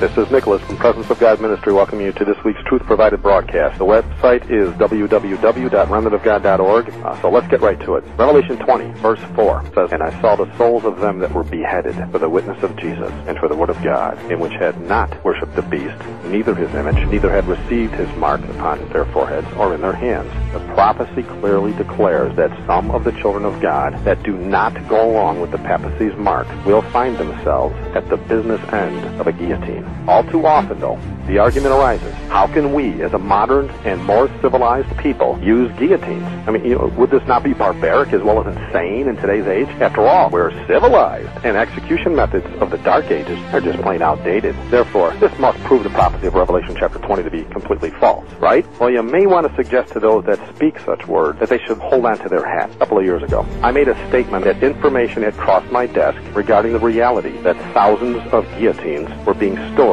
on American soil. Not too long ago, I received word that the information received regarding the guillotines was not only accurate, it was actually being lobbied in Washington, D.C. to get them legalized for governmental use. Georgia and Montana as the recipients of these guillotines.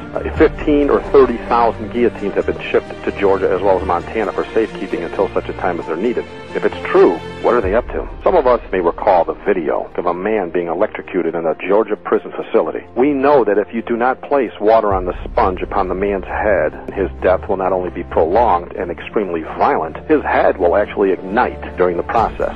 Fact is, many are aware, state executions are never videotaped as well. However, some tape appears of a man being electrocuted in Georgia, and it somehow surfaces in the general public. They did not place water as a necessary conductor in that sponge, because the video did in fact show the man's head igniting after he bounced around for quite some time in that chair. To think someone would actually put someone through such a torture act so as to just get the law lobbied? Why do you suppose a video would surface of an execution when videos are never made at executions, from what I understand, and most certainly never released to the public if they were made? And why do you suppose they somehow forgot to place water on their sponge? Well, the answer is plain. The video was released so the American public can see it and complain about the inhumane methods used, thereby giving the government officials a springboard to start lobbying process for guillotines. The governing officials in Georgia were shouting it was inhumane to kill people like this. The prophecy declares that some will be killed by guillotine, and that is what must occur. Not long ago, after that video surfaced, many state officials, including the governor of that state, started a massive campaign to stop executions by electrocution. But was there a decided choice for execution, you ask? A no-brainer, huh? The guillotine. Now, some of you may be asking why we would have government officials lobbying for laws that would require guillotines as a way to kill those they deem worthy of death. And so the common sense question would be, of a non-believer, why? With our technology, with all our civilized ways, with all our humane laws, what would drive men to kill with such a thing as a guillotine? Money, money, money. That's right, folks. The almighty dollar bill is what they worship. They truly serve the god of mammon. We're living in an age when we see commercials on TV telling everyone in the USA to sign the backs of their driver's licenses so they can harvest our organs for profit. The doctors jump at the first opportunity to harvest your dead loved ones before they even have a chance to get cold on the table. Think of it. You can now get over $40,000 for one kidney. Imagine what an entire human body is worth. Why would guillotines represent the better option? Why don't they choose lethal injection as an alternative? I mean, it seems peaceful. Let's get back to common sense. Because the organs would be poisoned and not worthy of harvesting. Bottom line, you can't make money. What I'm about to share with you is an excerpt from Bill number 1274 in the Georgia House of Representatives. You can view the entire bill on the Georgia House of Representatives website. Notice how the bill lets the cat out of the bag as to why they wanted the guillotines in the first place, and it's not as they said when they brought it to the public's attention. This is Georgia House of Representatives, or 95-96 sessions, the House Bill 1274, Death Penalty Guillotine Provisions, Code Section 17-10-38-17-1044, Section 1. I'm just going to read you these two small paragraphs.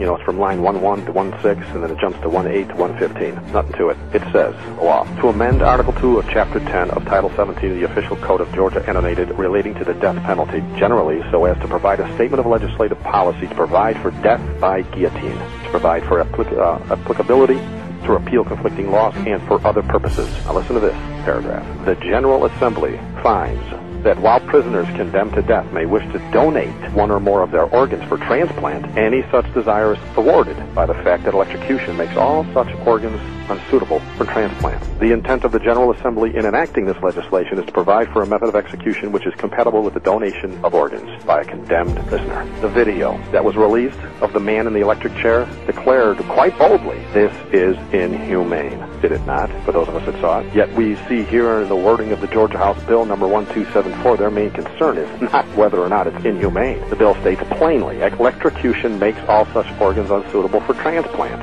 Think about how advantageous this beheading affords them. Our technology is such that these headless bodies can be kept alive indefinitely with the machinery that we have in our hospitals today, so as to assure the organs stay fresh. Let's imagine. Let me ask you. If you're in jail, for whatever reason, the government has put you there, and they decide you have to die, what choice of execution are you going to take? Seriously, what person in their right mind is going to say, fry me, I want to bounce around for a few moments in writhing pain? The prophecy declares that children of God will be jailed and executed by guillotine. And we see that soon that will be the case in Georgia. And quite honestly, I do believe they will not give the prisoners a choice on this anyway. When the money starts funneling in, death by guillotine will become mandatory. I mean, common sense again. Did they ever give people a choice not to be electrocuted in the past? So why would they let them decide in the future?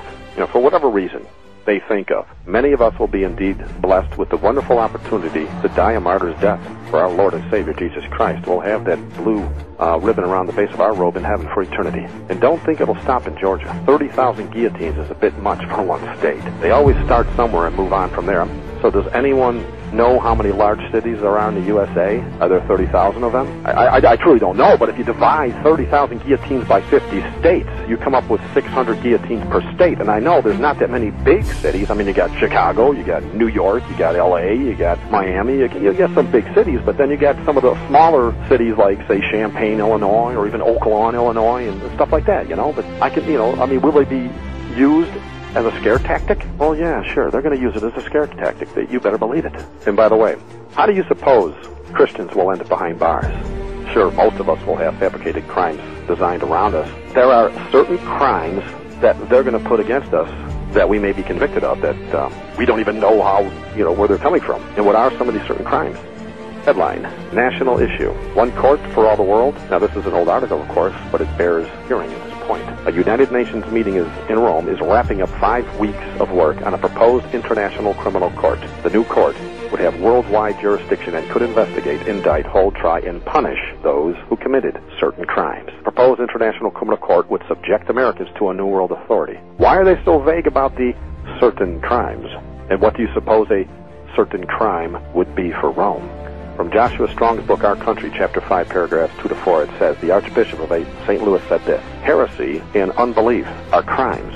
But anyway, the article says, here, heresy and unbelief are crimes, and in Christian countries, as in Italy and Spain, for instance, where all people are Catholics, and where the Catholic religion is an essential part of the law of the land, they are punished as crimes. Every cardinal, archbishop, and bishop in the Catholic Church takes an oath of allegiance to the Pope, in which occur the following words, heretics, schismatics, and rebels to our said Lord the Pope, or his aforesaid successors, I will to my utmost persecute and oppose. The Vatican has the one world court. The Vatican has the one world church. And then the people of God will be arrested for certain crimes. And the United States of America will do exactly as prophecy said it would. It will help Rome kill the Christians and enforce the mark of the beast. And of course, many of us will choose death. Many of us will choose death. Many of us will choose death over denying the truth we know in Christ. Praise God.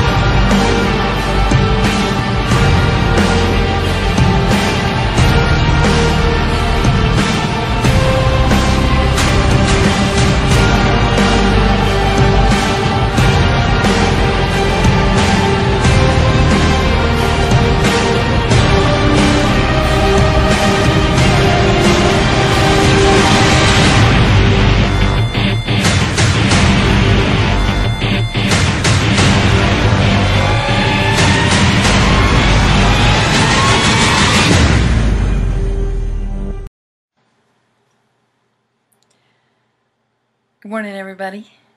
This is April 16th, 2015, and I'm Cindy K. Courier.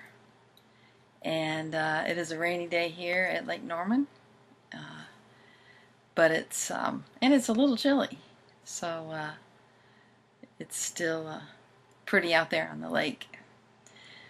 I want to thank all of you who have written and provided input on the Articles of Confederation for the Res Publica for the United States of America, and we've gotten some great input below the videos. Really good input in a Facebook group called Living Without Money, which I'd like to invite you to join. Also, some good discussion in the Skype room and via email. So let me give you all that information so that you can join these discussions. Of course, below this video, which would probably be the easiest if you're watching this, rise.together is the Skype contact. cindyk@gmail.com is my email. And what's the other one? I don't remember, but the website to go to look at the articles is AmericanLawOfTheLand.com. And click on Articles of Confederation. And you'll see, if you click on the link, you'll see the latest draft. And I also want to thank you for subscribing. While we were sleeping, we hit 1,000 subscribers to this channel, so thank you. Okay, I got an email from someone yesterday who asked not to be identified. He didn't say much. He just asked a question that got me really thinking. He wanted to know if I related the Walmart closings in the Southwest that we talked about yesterday to the tunnels. And to be honest with you, I knew about tunnels and I knew about the Walmart closings, but there were some other things about Walmart that I didn't know. And so I want to thank you, you know who you are, that prompted this investigation. This morning I decided to enter 3 words in a Google search: Walmart, DHS, and tunnels. And I want to share with you now what I came up with.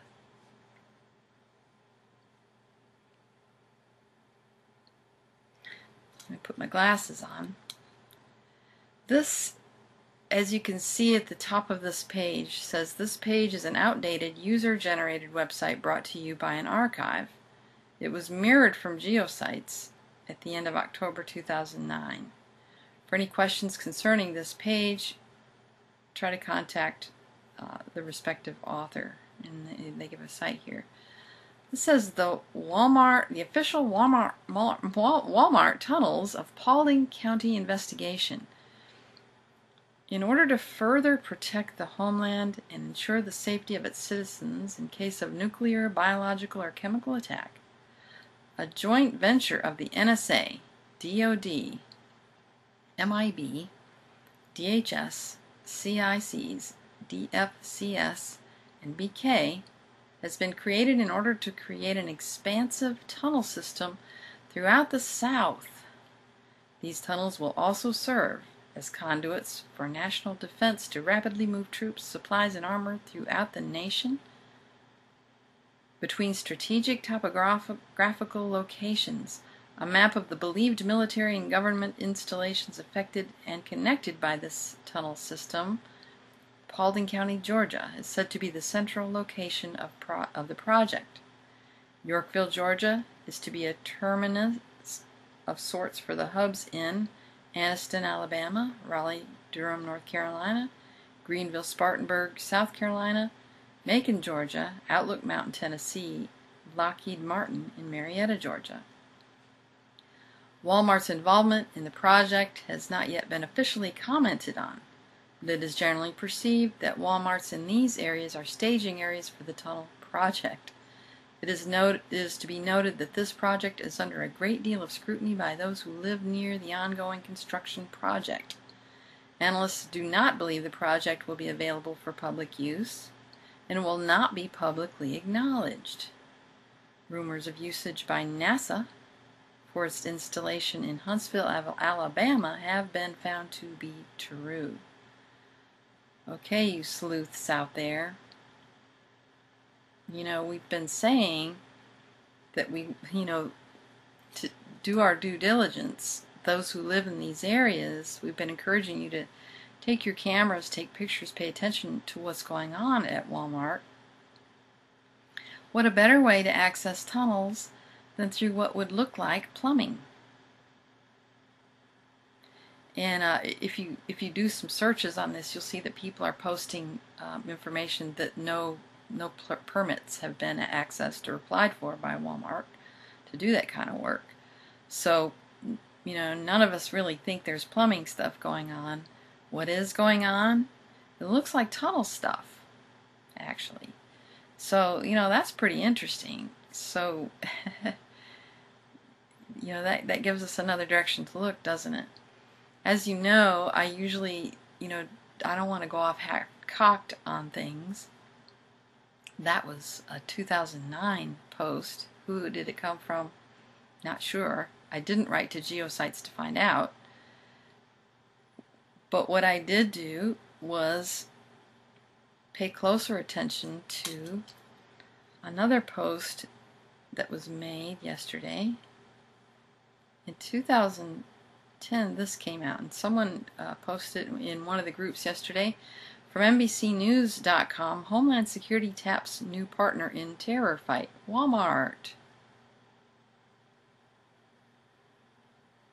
By month's end, 588 stores will participate in See Something, Say Something campaign. The U.S. Department of Homeland Security has enlisted a new partner in its fight against terrorism, Walmart. Let's just see what this video says. Hi, I'm Janet Napolitano, Secretary of the Department of Homeland Security. Homeland Security begins with hometown security. That's why I'm pleased that Walmart is helping to make our communities more safe and secure. If you see something suspicious in the parking lot or in the store, say something immediately. Report suspicious activity to your local police or sheriff. If you need help, ask a Walmart manager for assistance. Thank you for doing your part to help keep our hometowns safe.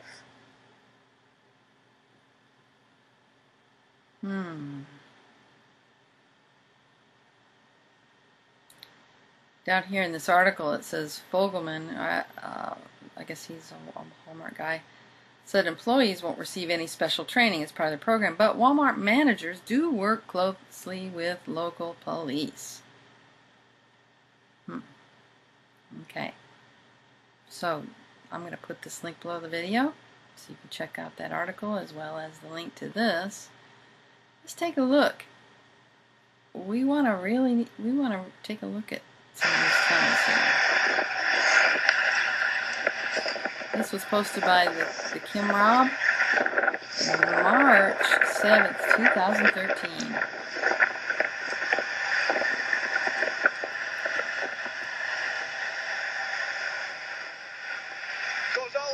Washington, D.C., huh? Goes all the way to Washington, D.C. Yeah, you Homeland Security? Yeah. How far have you taken this down to, how far have you actually ran a load?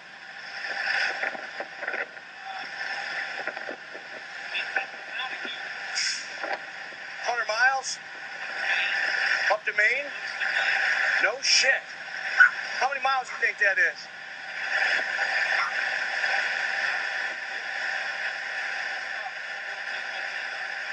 Man, that's unbelievable.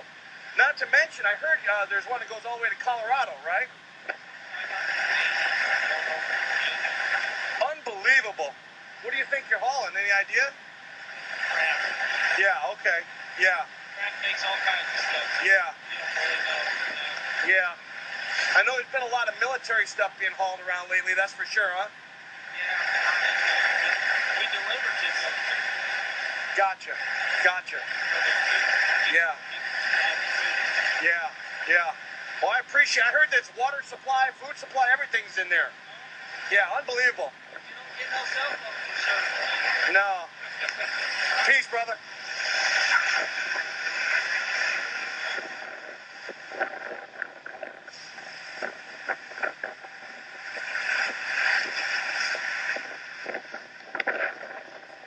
basically, you got an underground roadway system here that runs all the way to Maine, to Washington, D.C., to Colorado.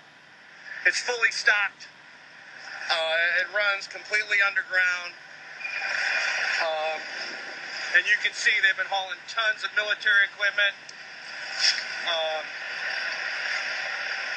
You know, they're stocking all these bases. Now, the other thing is the railroad system here is also very strategic. They're bringing in boxcar loads, and they're dump shipping here, and they can really deliver to all these locations, which these locations go all the way to Area 51. These locations go all the way to Washington, D.C. There's access underneath the White House to this location. Okay? So this... Okay, it's hard to hear him because he's got a lot of wind, but I'm going to post this beneath the video so you can watch the whole thing. Thank you, Kim Rob, for this post. Let's take a look at it.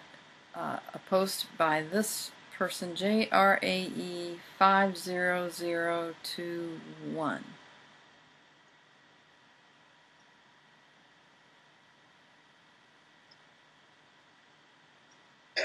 He thought he had been to every single base in America, right? And then he got contracted to do a truck haul for some top secret stuff. So it was a load where he wasn't even allowed to look inside the load or anything. Like, he had to go, drop his truck off.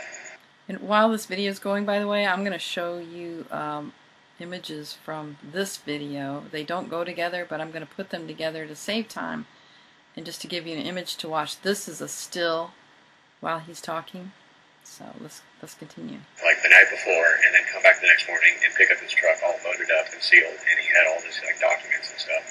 They told him that he had to go out to a place called Iran, Texas, with 2 A's, right? And they said turn off on this turn off, and it was like 178B. It wasn't even to a street. Pretty cool stuff. So he was driving, he got to the turn off, and turned off. There was just a dirt road going in the desert.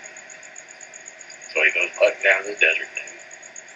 He gets to like a shack, and there's like a shanty town around, and there's those big old like oil things. Oil things, yeah, but they aren't pumping or nothing. And he just says he's seen a Jeep, like a military Jeep, and one guard inside the shack around this like mess. So he goes up, and the guard tells him, "Well, stay in your truck, let's see your paperwork, all this stuff." He says, "All right, I want you to pull your truck over there, stay inside the cabin. Like, I'm gonna pull on these papers." He calls, he says that these 2 Hummers come up around the sand dune, and they pull over, and they pull into this blind spot, and then like a master chief comes over, tells him to switch his radio over to a certain channel and to follow the Hummers, and he gives him back his bill of lading, like his slip. He's like, "You're gonna need this when you get to the dock." So he's following the Hummers, and he's going up this hill, right? And he says he's driving this big rig. You know, he's been driving big rig for 15 years at the time. Driving this big rig, going up the hill, and he sees the top of the hill, and then all of a sudden he's going down. He doesn't realize that he just, like, you know, entered something. And the voice comes over the radio, and it tells him to turn on his headlights. So he turns on his headlights, and he said he drove about 3 miles down, doing hatchbacks down into the ground. He said there was an entire underground city in the middle of the desert. And they took him to a dock and had him wait in a room, and he had to give him that last paper. And they took all the stuff off his truck, and then they had him escorted back out. He said, "Mike, I have never in my life seen anything that extravagant. It was literally a city. There was laundromats, there was everything you could think of down there. But I couldn't see much of it because I couldn't leave the loading dock area." Was there people there? Yeah. Thousands. Thousands of people. He said this is really? literally a city, yeah. He said there's military personnel everywhere. And we're talking, he said, there were buildings in there that were 7 stories tall underneath the ground. Wow. Hey, that's some shit. It's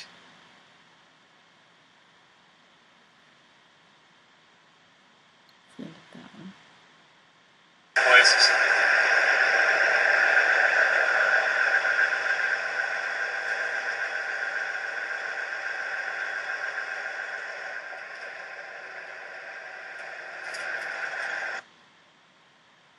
Okay. Pretty interesting, eh? Yeah, I think so. So that gives us some more to investigate. And we'll be back with more a little bit later, perhaps. But that's all for now. Thank you for listening. Take care. Well, when it comes to this Walmart mystery and all the suspicion surrounding it, and the excuse that plumbing's going on at 4 or 5 of these different facilities has brought a lot of questions up, and a lot of people have been digging here and there to see what they can come up with. I want to give a shout out to everybody out there. Rise together. And those on Twitter that help share these links. This information is being brought up that Walmart has been in this special kind of partnership in this war against terror with DHS. All the proof is right here. This is from 2010. They even put out a video clip, which I'll share at the very end, which they were going to play in Walmarts in every aisle. And it's on their official channel here. Okay? And they say that if you see anything suspicious at Walmart in the parking lot, report it to the police or your Walmart manager. This will help to identify and report indicators of terrorism, crime, and threats to law enforcement. Now, in this information, in digging, we come to find out that there has been projects in different areas, not specifically tied to the exact Walmarts that have closed down at the moment, but they could very well be going through a process connecting them to an underground network. And this is a very real situation. This was brought up years and years ago, over a decade ago, when in Georgia they were getting the funding and passing this Homeland Security in order to secure the safety of citizens in case of a nuclear, biological, chemical, or other attack. This was a joint venture by the NSA, DOD, DHS. You could see them all listed here. And these tunnels were to serve as conduits from specific places to rapidly move supplies or whatever they need between these locations. Now, there was big-time facilities listed right here, but the main one being in Georgia because it was center to everything. It was to be the main hub. Now you have all this information here talking about these underground connections to these Walmart facilities. And you even have the discussion and the feedback. I'll leave all this here. But this basically talks about installations in Anniston, Alabama, another one in Georgia, Lockheed in Marietta, Lookout Mountain in Tennessee, Greenville, Spartanburg, South Carolina, and Raleigh, Durham, North Carolina areas. And this Paulding, Yorkville area was the first location that this was going to kick off at. Now, I've left links here so you guys can come back and read up on all the details. But at this point, if there's anything big time going on, the only way that we're going to know for sure is to have people on the ground watching these Walmart facilities and filming to see exactly what's going on. Are there certain Walmarts out there that have underground connections? Well, no doubt. I wouldn't doubt it one bit, especially now that we know the DHS over the past decade has had this deal with not only Walmart but other big sports stadiums and places like that and businesses. This has been Dabu 7. Eyes open. Hi, I'm Janet Napolitano, Secretary of the Department of Homeland Security. Homeland Security begins with hometown security. That's why I'm pleased that Walmart is helping to make our communities more safe and secure. If you see something suspicious in the parking lot or in the store, say something immediately. Report suspicious activity to your local police or sheriff. If you need help, ask a Walmart manager for assistance. Thank you for doing your part to help keep our hometowns safe. Hi, everybody. This is Lisa Haven, and I've got lots of important information that I want to cover with you today, so I just want to jump right in. But here's the headline: a storm coming and all hell to break loose in 2015.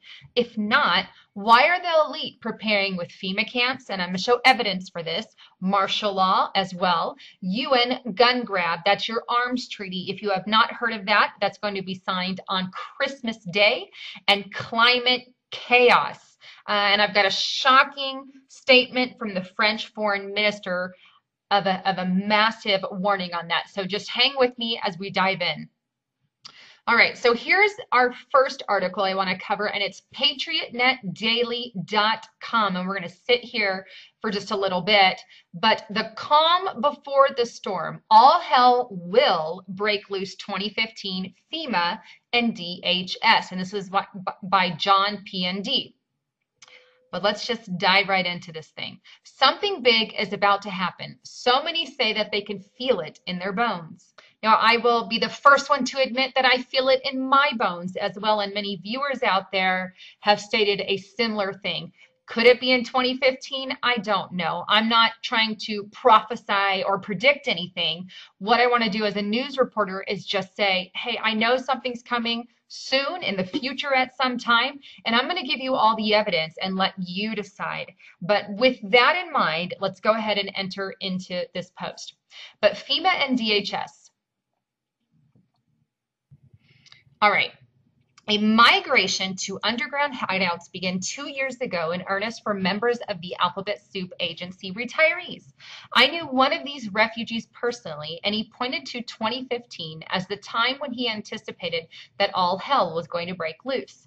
I wrote an article about the defection of my FEMA contact, his family, and like-minded individuals from FEMA and DHS almost 2 years ago.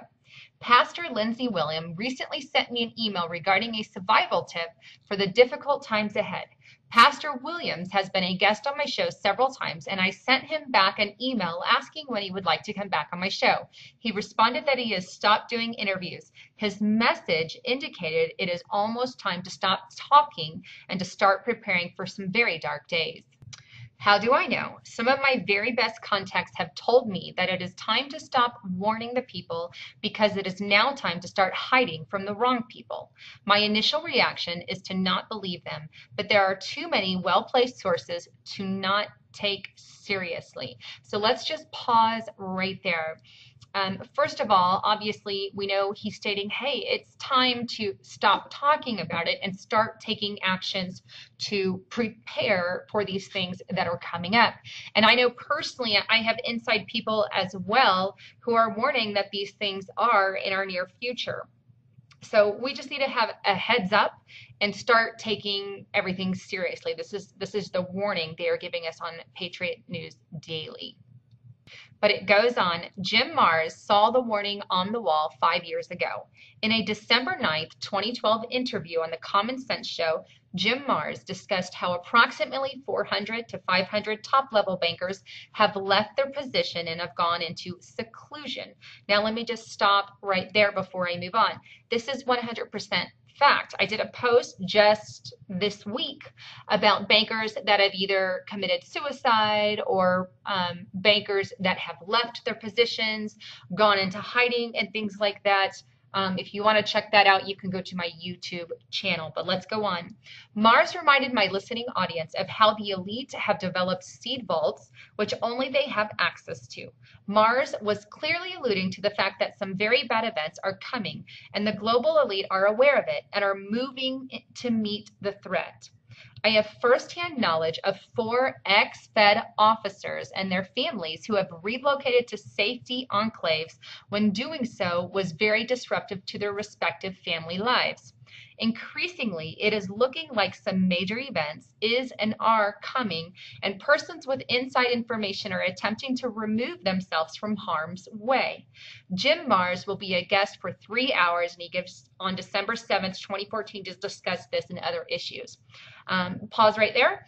I highly encourage you guys to check that out. They've got some good information.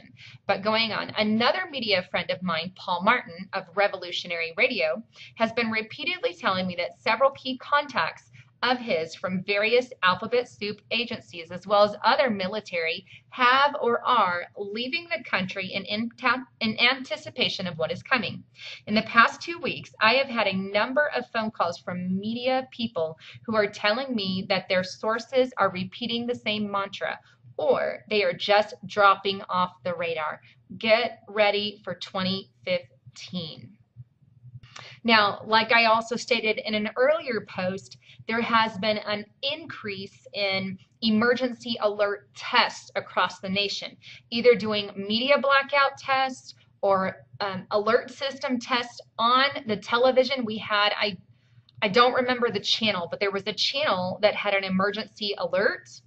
Here, let me take you to that. Here we are. And I'll leave a link for this as well, but this was an emergency alert notification that flashed across people's screens. And this was back October 24th, 2014, so just a couple months ago, not that long. But it said, this is an emergency action notification. All broadcast stations and cable systems shall transmit this emergency notification message. The station has been interrupted by its regular programming at the request of the White House to participate in the emergency alert system.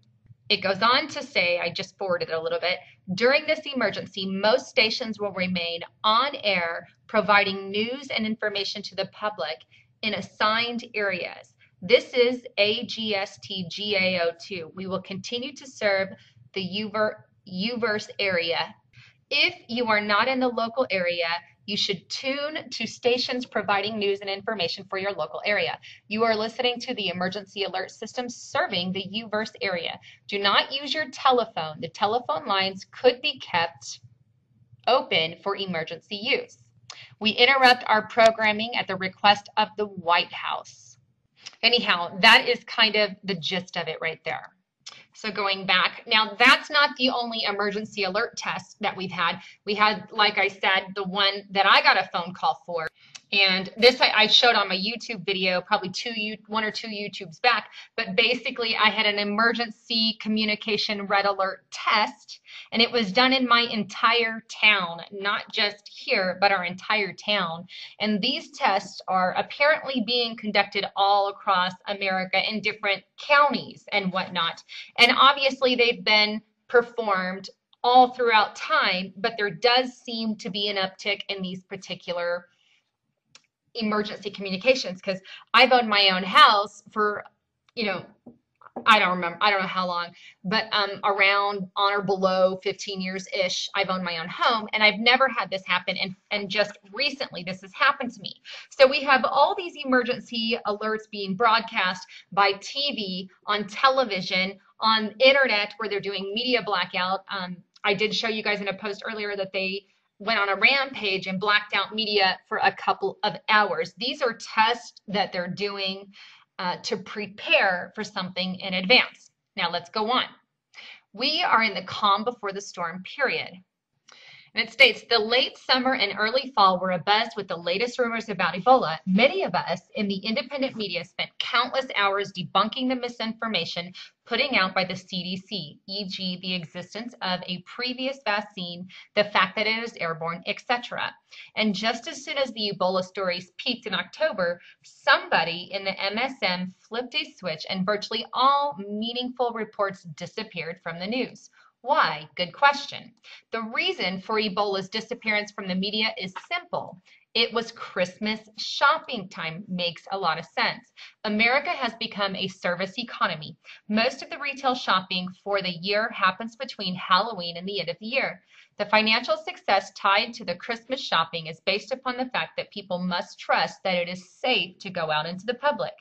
If the public perceived that Ebola could be contracted by going out in public, the Christmas shopping season could be stopped in its tracks and globalist corporations would not be able to maximize profits. However, this is all about to change. So let's just pause for a moment. I have to say that I agree with him 100%. One of the reasons that we felt this pause in the Ebola information is because they wanted us not to be afraid and to get out there and shop, which is exactly what America did. And we went about our Black Fridays as normal, so to speak. He goes on, what was the Ebola scare all about? Many mistakenly believe that the Ebola scare has been mitigated and nothing could be further from the truth. Isn't it interesting that we never saw a toxicology report about the so-called victims of Ebola? When some of these victims somehow recovered against all odds, these people were kept away from the media. Why? Many of us have privately concluded that we in the U.S. are not dealing with traditional Ebola. What we are dealing with in the U.S. has something designed to give the impression that we are on the verge of an Ebola pandemic in the U.S. Why would the CDC go through such an elaborate charade? The answer is quite simple. The appearance the U.S. was on the verge of the Ebola pandemic gave rise to the governmental preparations that would not raise an eyebrow from an unaware public. And what preparations am I talking about? I am talking about martial law preparations, which could easily be morphed from a form of medical martial law to politically motivated martial law related to not only a pandemic, but to an economic collapse. And believe me, if Ebola or some other dangerous pathogen makes its way into mainstream America, the economy will collapse because people will not be eating out, shopping, attending sports events and concerts, and the service economy as we know it will crumble in a matter of days. Let's pause right there. I agree. You know, I don't necessarily know if Ebola is what it is that's going to crumble our economy. I guess time is going to be the ultimate factor, but I guess it's there.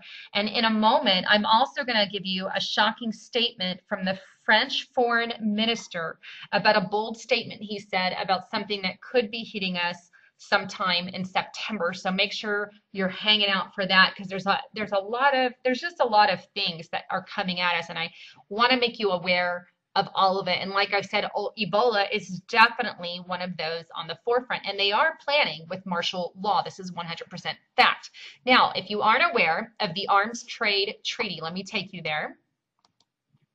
All right, so here I am on United Nations Office for Disarmament Affairs, and yes, this is a legit organization. Sadly, it's part of the UN, as you can see here. But they have an arms treaty that is will enter into force on December 24th, 2014. Merry flippin' Christmas, everyone. You know something is bad when they sign it on a holiday or they enter it into force on a holiday. This throws up a lot of red flags for me. All right, so let's check this thing out. Here's the actual document. I will leave links, as I always do, but basically here are some of the objectives and purposes, but it's to establish the highest possible common international standards for regulating or improving the regulation of an international trade in conventional arms. Basically, they want a world treaty of sorts that has to deal with the trading of arms. So there will be limitations on arms internationally.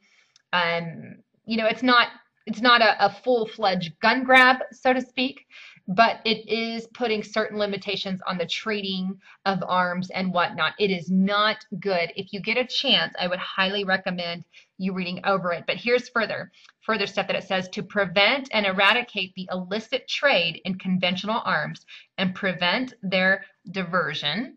The purpose of contributing to international and regional peace, security, and stability, reduce human suffering. See, they always use it as a cause to protect humanity, when we all know that guns protect us. They don't keep us from suffering like they are trying to promote. I'm a big pro-Second Amendment gal. But it goes on: promoting cooperation, transparency, and responsible action by states parties in the international trade in conventional arms, thereby building confidence among state parties. But it goes on to say what exactly this includes is, as you can see, it also includes your small arms and light weapons. But that kind of gives you an idea of what this thing is on. But this is not good news for us. This tells me that their goal, obviously, especially considering they have a division of the United Nations 100% devoted to disarmament of the world, so to speak, and specifically they want to do that here in America.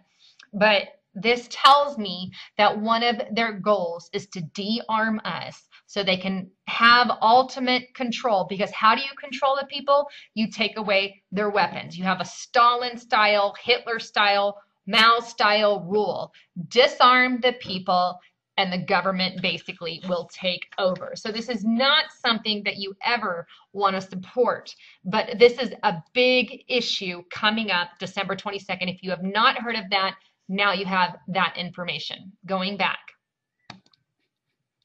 All right, so here we are back at the Patriot News Daily, and he goes on, martial law preparations arising out of Ebola scare. I just showed you that they do plan on having that arms trade treaty come across real soon. And like I said, it's going to put some limitations on our guns, and be aware stuff is coming down. By this point in the article, some are saying that, okay, Dave, name some sources, something concrete that we can wrap our minds around. And I just showed you something concrete. And these people are correct in demanding as much concrete information as possible. I agree. There is a point in the article where logic and common sense outweigh doubt and cognitive dissonance. Judge a man by his actions, not by his word. Forget everything you think you know and learn about Ebola scare of this past summer and fall. Simply consider the actions and implications of the following event. Now, I'm going to show you another document in a moment. But here he says, the U.S. has detailed procedures to deal with a pandemic outbreak, and it carries the force of law. Under Section 361 of the Public Health Act, 42 U.S. Code and 264, the U.S. Secretary of Health and Human Services is authorized to take measures to prevent the entry and spread of communicable disease from foreign countries in the U.S. and between states. The authority for carrying out these functions on a daily basis has been delegated to the Centers for the CDC control. The CDC utilizes two basic strategies when trying to contain a public outbreak of something as deadly as Ebola, and they are these two things: isolation and quarantine. All right, here we are at the actual code, 42 U.S. Code 264, regulations to control communicable diseases. If you want to pause and read this, you can, but it verifies all of what he just spoke about. I'm not going to get into it, but I'll leave you a link. Back to the post. So he goes on, Paul Watson opened a lot of eyes with the following statement. The source, an office clerk within the LADHS, said that during a policy meeting on the morning of June 18th of last month, his supervisor announced that the LA County Department of Health Services has struck a deal with the government to open up low-cost housing facilities for homeless people, otherwise known as FEMA camps. The source said that his superior ordered staff not to use the term FEMA camps. One look at who is behind this program should raise eyebrows of every person, as it is being ministered by the Department of Health Services. And here is the quote. In an effort to respond to the high need for recuperative care services, Housing for Health will open a 38-bed recuperative care site in South LA this summer. The goal of recuperative care is to provide short-term housing with health oversight of homeless DHS patients who are recovering from acute illnesses or injury or of conditions that would be exacerbated by living on the street or in shelters. The site was renovated to serve patients with mobility impairments and provides wheelchair accessible communities, space indoors, and in an open air courtyard. The site will be operated by LAMP Community, a nonprofit agency with over 25 years of experience providing services to homeless individuals. Now, while this sounds absolutely fascinating and good, there is more to the story. Because remember, they are hiding it. It is bringing these homeless people to FEMA camps. And we don't know exactly what is going on there, but we know that they are bringing them to FEMA camps, and they are told not to call them FEMA camps, even though that is what they are.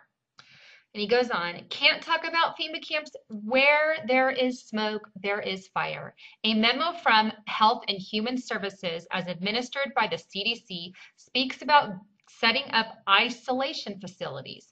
Todd Stearns, Fox News contributor and talk show host, has interviewed unidentified sources, including doctors, nurses, and counselors, who say that while working with the new illegal immigrants at the Lackland Air Force Base in San Antonio, Texas, and he found that these civilian employees are being threatened by the East Germany Stasi contingent of the Department of Health Security with prison if they report how bad the health conditions are and how much at risk American public is being placed under. Keep that in mind. We are taking people to these places, but they are told they're not allowed to talk about it with the threat of imprisonment. Now, here's an excerpt from his report from Stearns' Fox News. We have so many kids coming in that there was no way to control all of the sickness. All this stuff coming into our country, she said. We were very concerned at one point about strep throat going around the base. Both the counselor and the nurse said the superiors tried to cover up the extent of the illness. When they found out the kids had scabies, the charge nurse was adamant. Don't mention that. Don't say scabies, the nurse recounted. But everybody knew they had scabies. Some of the workers were very concerned about touching things and picking things up. They asked if they should be concerned, but they were told not to worry about it. Kind of like we're told with Ebola and other things that come out and about. Now, sorry about that. The Stearns report issued an ominous warning, and he said, my sources say America should be very concerned about the secrecy of the government camps. This is a huge warning. People constantly say that these things are not real, yet this is exactly where they are sending our homeless, where they are sending some of the immigrants, and some of the immigrants they're allowing loose into the country all over, so not all of them are being sent there, but some are. And we have sources for these things, and yet people still try to deny them. It doesn't make sense to me. But this is what it is. Now, at about the same time, InfoWars reported the same kind of observations in Houston, Texas, and later in Phoenix. Since May of 2014, the country has been besieged with reports, pictures, and videos of UN vehicles in our country. Fox 5 San Diego ran sightings of these vehicles have been widely reported beginning last spring, and this had led to some suspect that an occupation force is being mobilized. Let me pause right there. I also did a YouTube video on this not that long ago about the UN building up its army. They've got Russian soldiers, American soldiers, soldiers from Israel, soldiers from Saudi Arabia, soldiers from China, soldiers from India, soldiers from France, Italy, all across the country. The UN has a world army, so to speak. And anything with a world army throws up, again, red flags for me. This is the formation of your new world order. And things are going to go down and soon. And to know that they're building up and they've got stations, this is something we need to watch out for, because this isn't global world peace leadership kind of stuff. This is a takeover of our sovereignty and our rights. A report on Sunday morning, July 6th, in the early morning hours, which detailed sightings of UN vehicles being transported north of San Diego and I-15, headed towards Riverside. The story said that the vehicles were manufactured in the U.S. and were being transported for shipment overseas. Really? Does this explain why these vehicles are being transported in several southern states? Does the manufacturer have an automotive plant in Georgia, California, Texas, and etc.? Why didn't you see these reports in Detroit? The Fox 5 website contains neither a video or a written report of the story. I suspect the story was a trial balloon used to gauge the believability in response to the story without leaving behind much in the way of evidence. I agree. In every case, the vehicles are being transported and not being individually driven. This clearly suggests the pre-positioning of military assets for future use. The UN is preparing to seize American guns and have hired personnel to do so. And like I just showed you, the UN arms arms treaty and the disarmament. This is exactly what they are preparing to do. Now, the arms treaty could lead to something like that. I don't know if it could or couldn't, but it's obviously in the works, and they are doing it, and I did prove that to you. Let's go on. In October 2014, I discovered evidence of Human Health Service medical quarantine camps. Here's a picture of one.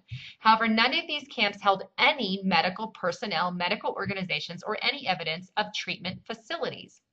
During the Ebola crisis, we learned that in the event of a pandemic, the Secretary of Human Services would assume operation control of the federal emergency public health and medical response. In the event of a pandemic outbreak, the HHS will order the quarantining of Ebola sufferers or any other pandemic, so to speak, and the transport of the same to detainment camps. The mass transportation of Ebola victims to quarantine camps is referred to as ambulance services, and it is a euphemism for transporting sick people to a death camp. Now, he has found evidence supporting these claims in a federal document called Emergency Support Function 8. Let me show that to you. All right, here we are on FEMA.gov. I will leave a link to this, but Emergency Support Function 8, Public Health and Medical Service Annex, and it has all the information in here. I highly recommend you guys go through this on your own. I don't want to keep you for too much time, but there's lots of information on this, and here's some of what he said. ESF8 support agencies are responsible for maintaining administrative control over their respective response resources after receiving coordinating instructions from HHS.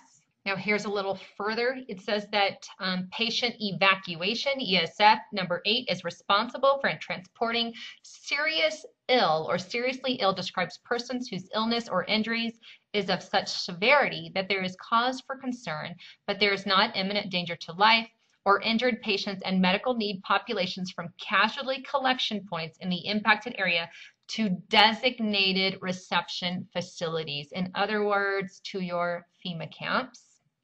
It goes on, ESF 8 may request the DOD, the VA, or the DHS, or FEMA via the National Ambulance Contract to provide support for evacuating seriously ill or injured patients. Support may include providing transportation assets, operating and staffing NDMS, federal coordination centers, and processing and tracking patient movements from collection points to their final destination receptive facilities, or again, your FEMA camps. Now, I'm all for if a virus breaks out, quarantining or, rounding up folks. I get it.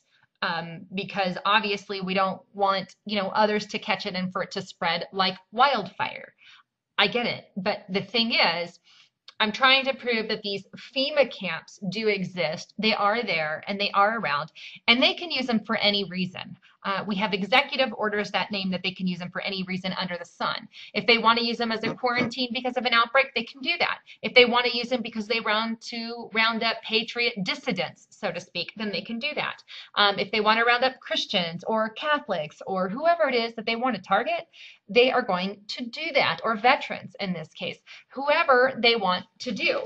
Now, my question here is too, I don't see a particular medical personnel in this list, but I do see, as you can tell, that I think they have the Red Cross on staff, and they have people that they can seek or ask for medical help from, but according to this, they don't have any medical staff at those particular FEMA camps in general, and I'm going to get into that in a moment, but they can ask for additional help from certain, companies or organizations within the government. Anyhow, that said, let me go back. I do believe that what I also want to say is, in the event of an outbreak of say Ebola, for example, or any other pandemic, in the event that that happens, I want a warning that something is going to happen, and I don't think we will necessarily get that from our government either. So just another thing to think about. Now here's what's tricky. As you can see, those who are doing the transporting to these NDMS hospitals, so to speak, they're not really any hospital people helping with these. Now they can enlist help, so to speak, but these things aren't really there. Let me show you who is there. Let's scroll down. And it's this: supporting agencies, Department of Agriculture. What they have to do with that is way beyond anything I can think of. Department of Agriculture, Department of Commerce, Department of Defense, that'd be your rounding up, Department of Energy, National Nuclear Security Administration, Department of Homeland Security, that's just a continuation, Department of the Interior, Department of Justice, Department of Labor. Where is your medical staff? Just, Department of Transportation, Department of Veteran Affairs. Well, there are some, we have maybe some medical aids in your Veteran Affairs, possibly. Coordinates with participating NDMS hospitals to provide incident-related medical care. Okay, and we know the kind of medical care they give there. Emergency Protection Agency, and then we have General Service Administration, U.S. Agency for International Development, U.S. Postal Service, and the American Red Cross, which is just your overall basic first aid, a little beyond that, or emergency stuff, so to speak. But I don't see no CDC anywhere listed on this, so to speak. But as part of the members or part of the functions now, they can enlist help from them, but they're not part of the immediate list. And if they are these quarantine centers, you would think that they would have them top of the list, but it just isn't there. And he goes to explain that in here as well. He says, according to the document, the DoD is the only recognized federal partner responsible for regulating and tracking patients transported on DoD asserts to appropriate treatment facilities or these hospitals. However, however, other agencies may assist with isolation and quarantine measures with point of distribution operations. And here is where he lists the participants, which I just showed you, all the way to the Red Cross. No healthcare personnel at the HHS FEMA detention camps.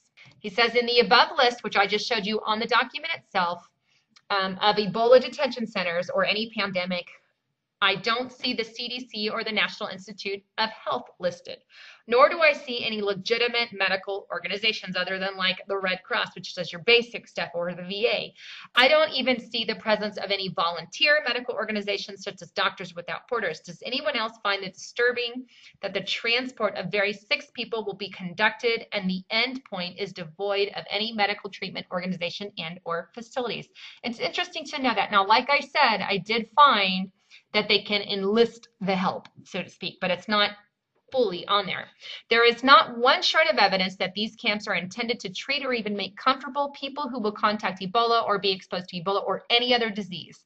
The most disturbing thing is that these camps will be death camps for relatively healthy people. If you are a person who is unlucky enough to be discovered to have asthma, maybe you just aren't with Ebola or whatever, or merely be temporarily suffering from congestion in one of the lungs from allergy or a simple cold, you might find yourself in one of these ambulance services or buses or planes to a quarantine camp to your final destination. And he goes on to list Executive Order 13592. And he says any medical detention camp that does not have medical organizations is a concentration camp by any other name. The pre-positioning of these asserts for use in 2015 was the intention of the Ebola scare. Now, we could see a lot of things coming in 2015. I'm not sure what the new year will hold, only time will tell.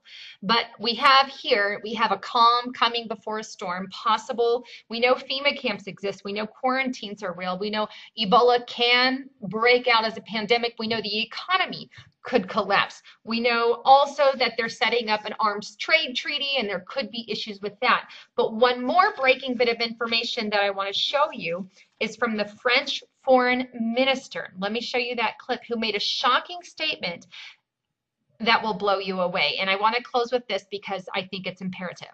Now, I'm going to leave a YouTube to this, but it's French foreign minister.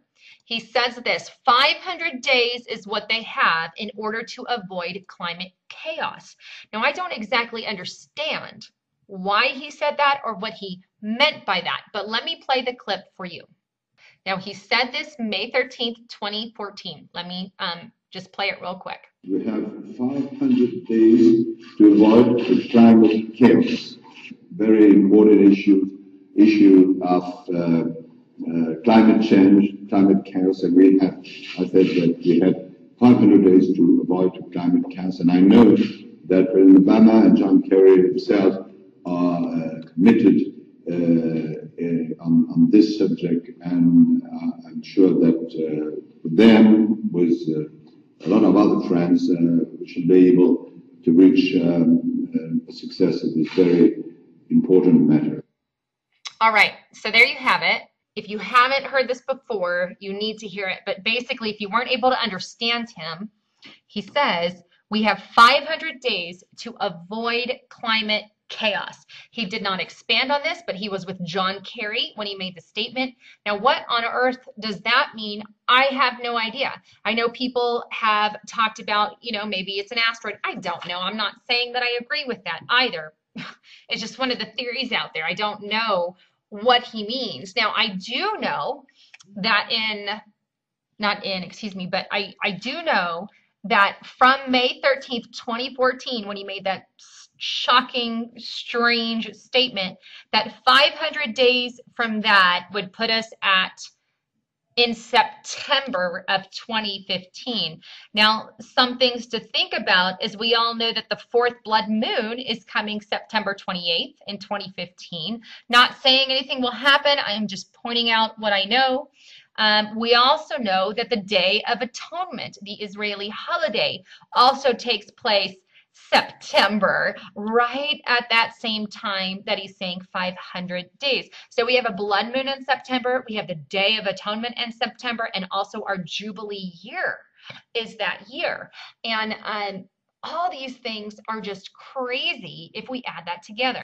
So I'm just kind of asking the question, what the heck is he talking about? I don't know. But September is definitely a month I'm just going to be keeping an eye on to know that we've got our blood moon, we've got our Day of Atonement, we've got our Jubilee year, and then we have the French foreign minister saying that right around that time, we need to avoid climate chaos, whatever that means. Anyhow, I wanted to give you guys all the facts and just kind of inform you about everything that is going on, and you guys can do with the information what you will. Anyhow, this is Lisa Haven signing off. Where you at? Approach into 27. Engage.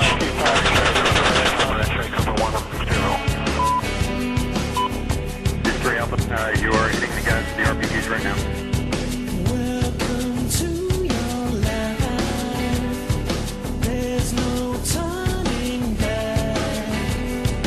Even while we're sleeping, we will find you acting on your best behavior.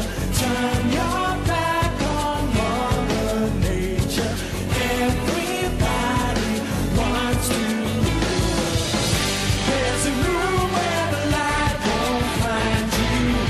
Holding hands while the walls come tumbling down. When they do, I'll be right behind you. So glad we've almost made it. So sad they had to fade it. Everybody wants to.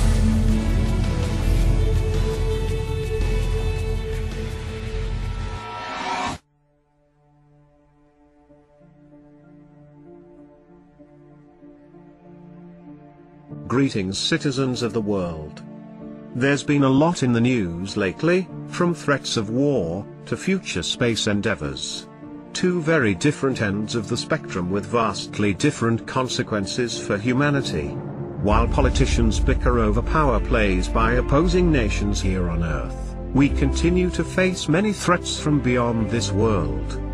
The unfortunate truth is that while our generation may survive the next 100 years, it's only a matter of time till humanity as a whole faces catastrophe on a global scale.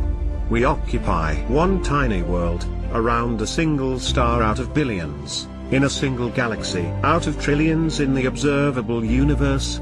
That alone shows how fragile our species really is.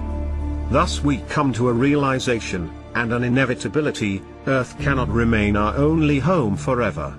some of the voyagers we set forth to the farthest reaches of the galaxy will lose contact with us, and we'll never hear from them again in our lifetime. Nevertheless, our legacy will live on through them as they colonize new worlds across the stars. While we can ensure the survival of humanity through migration and colonization, we can also help ensure the survival of Earth through unification.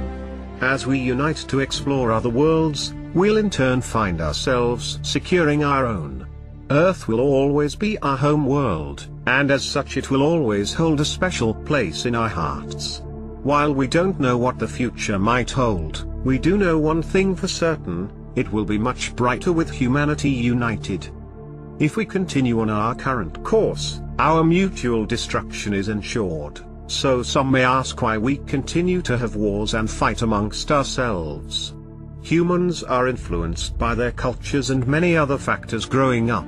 From what their parents believed, to what school and religion teaches them.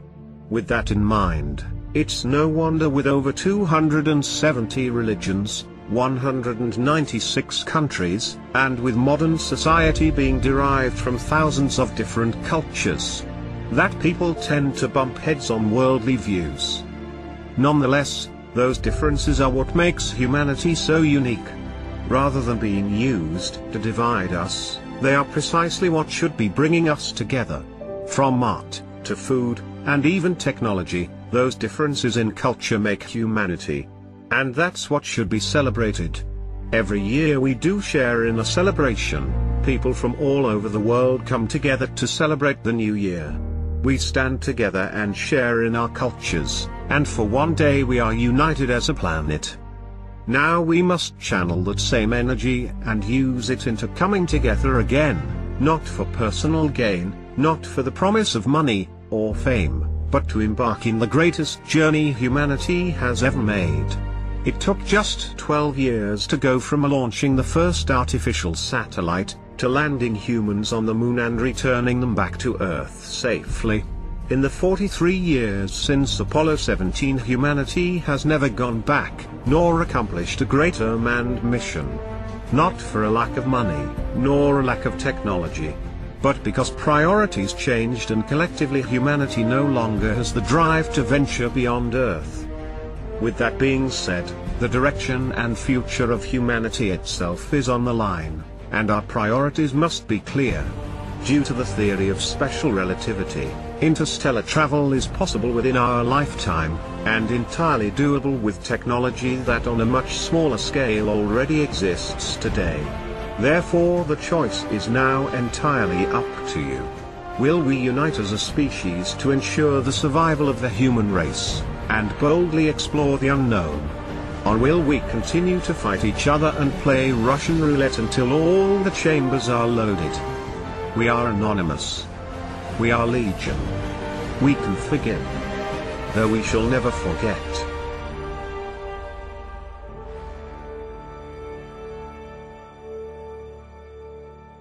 Expect us. Said, man, it's all about life.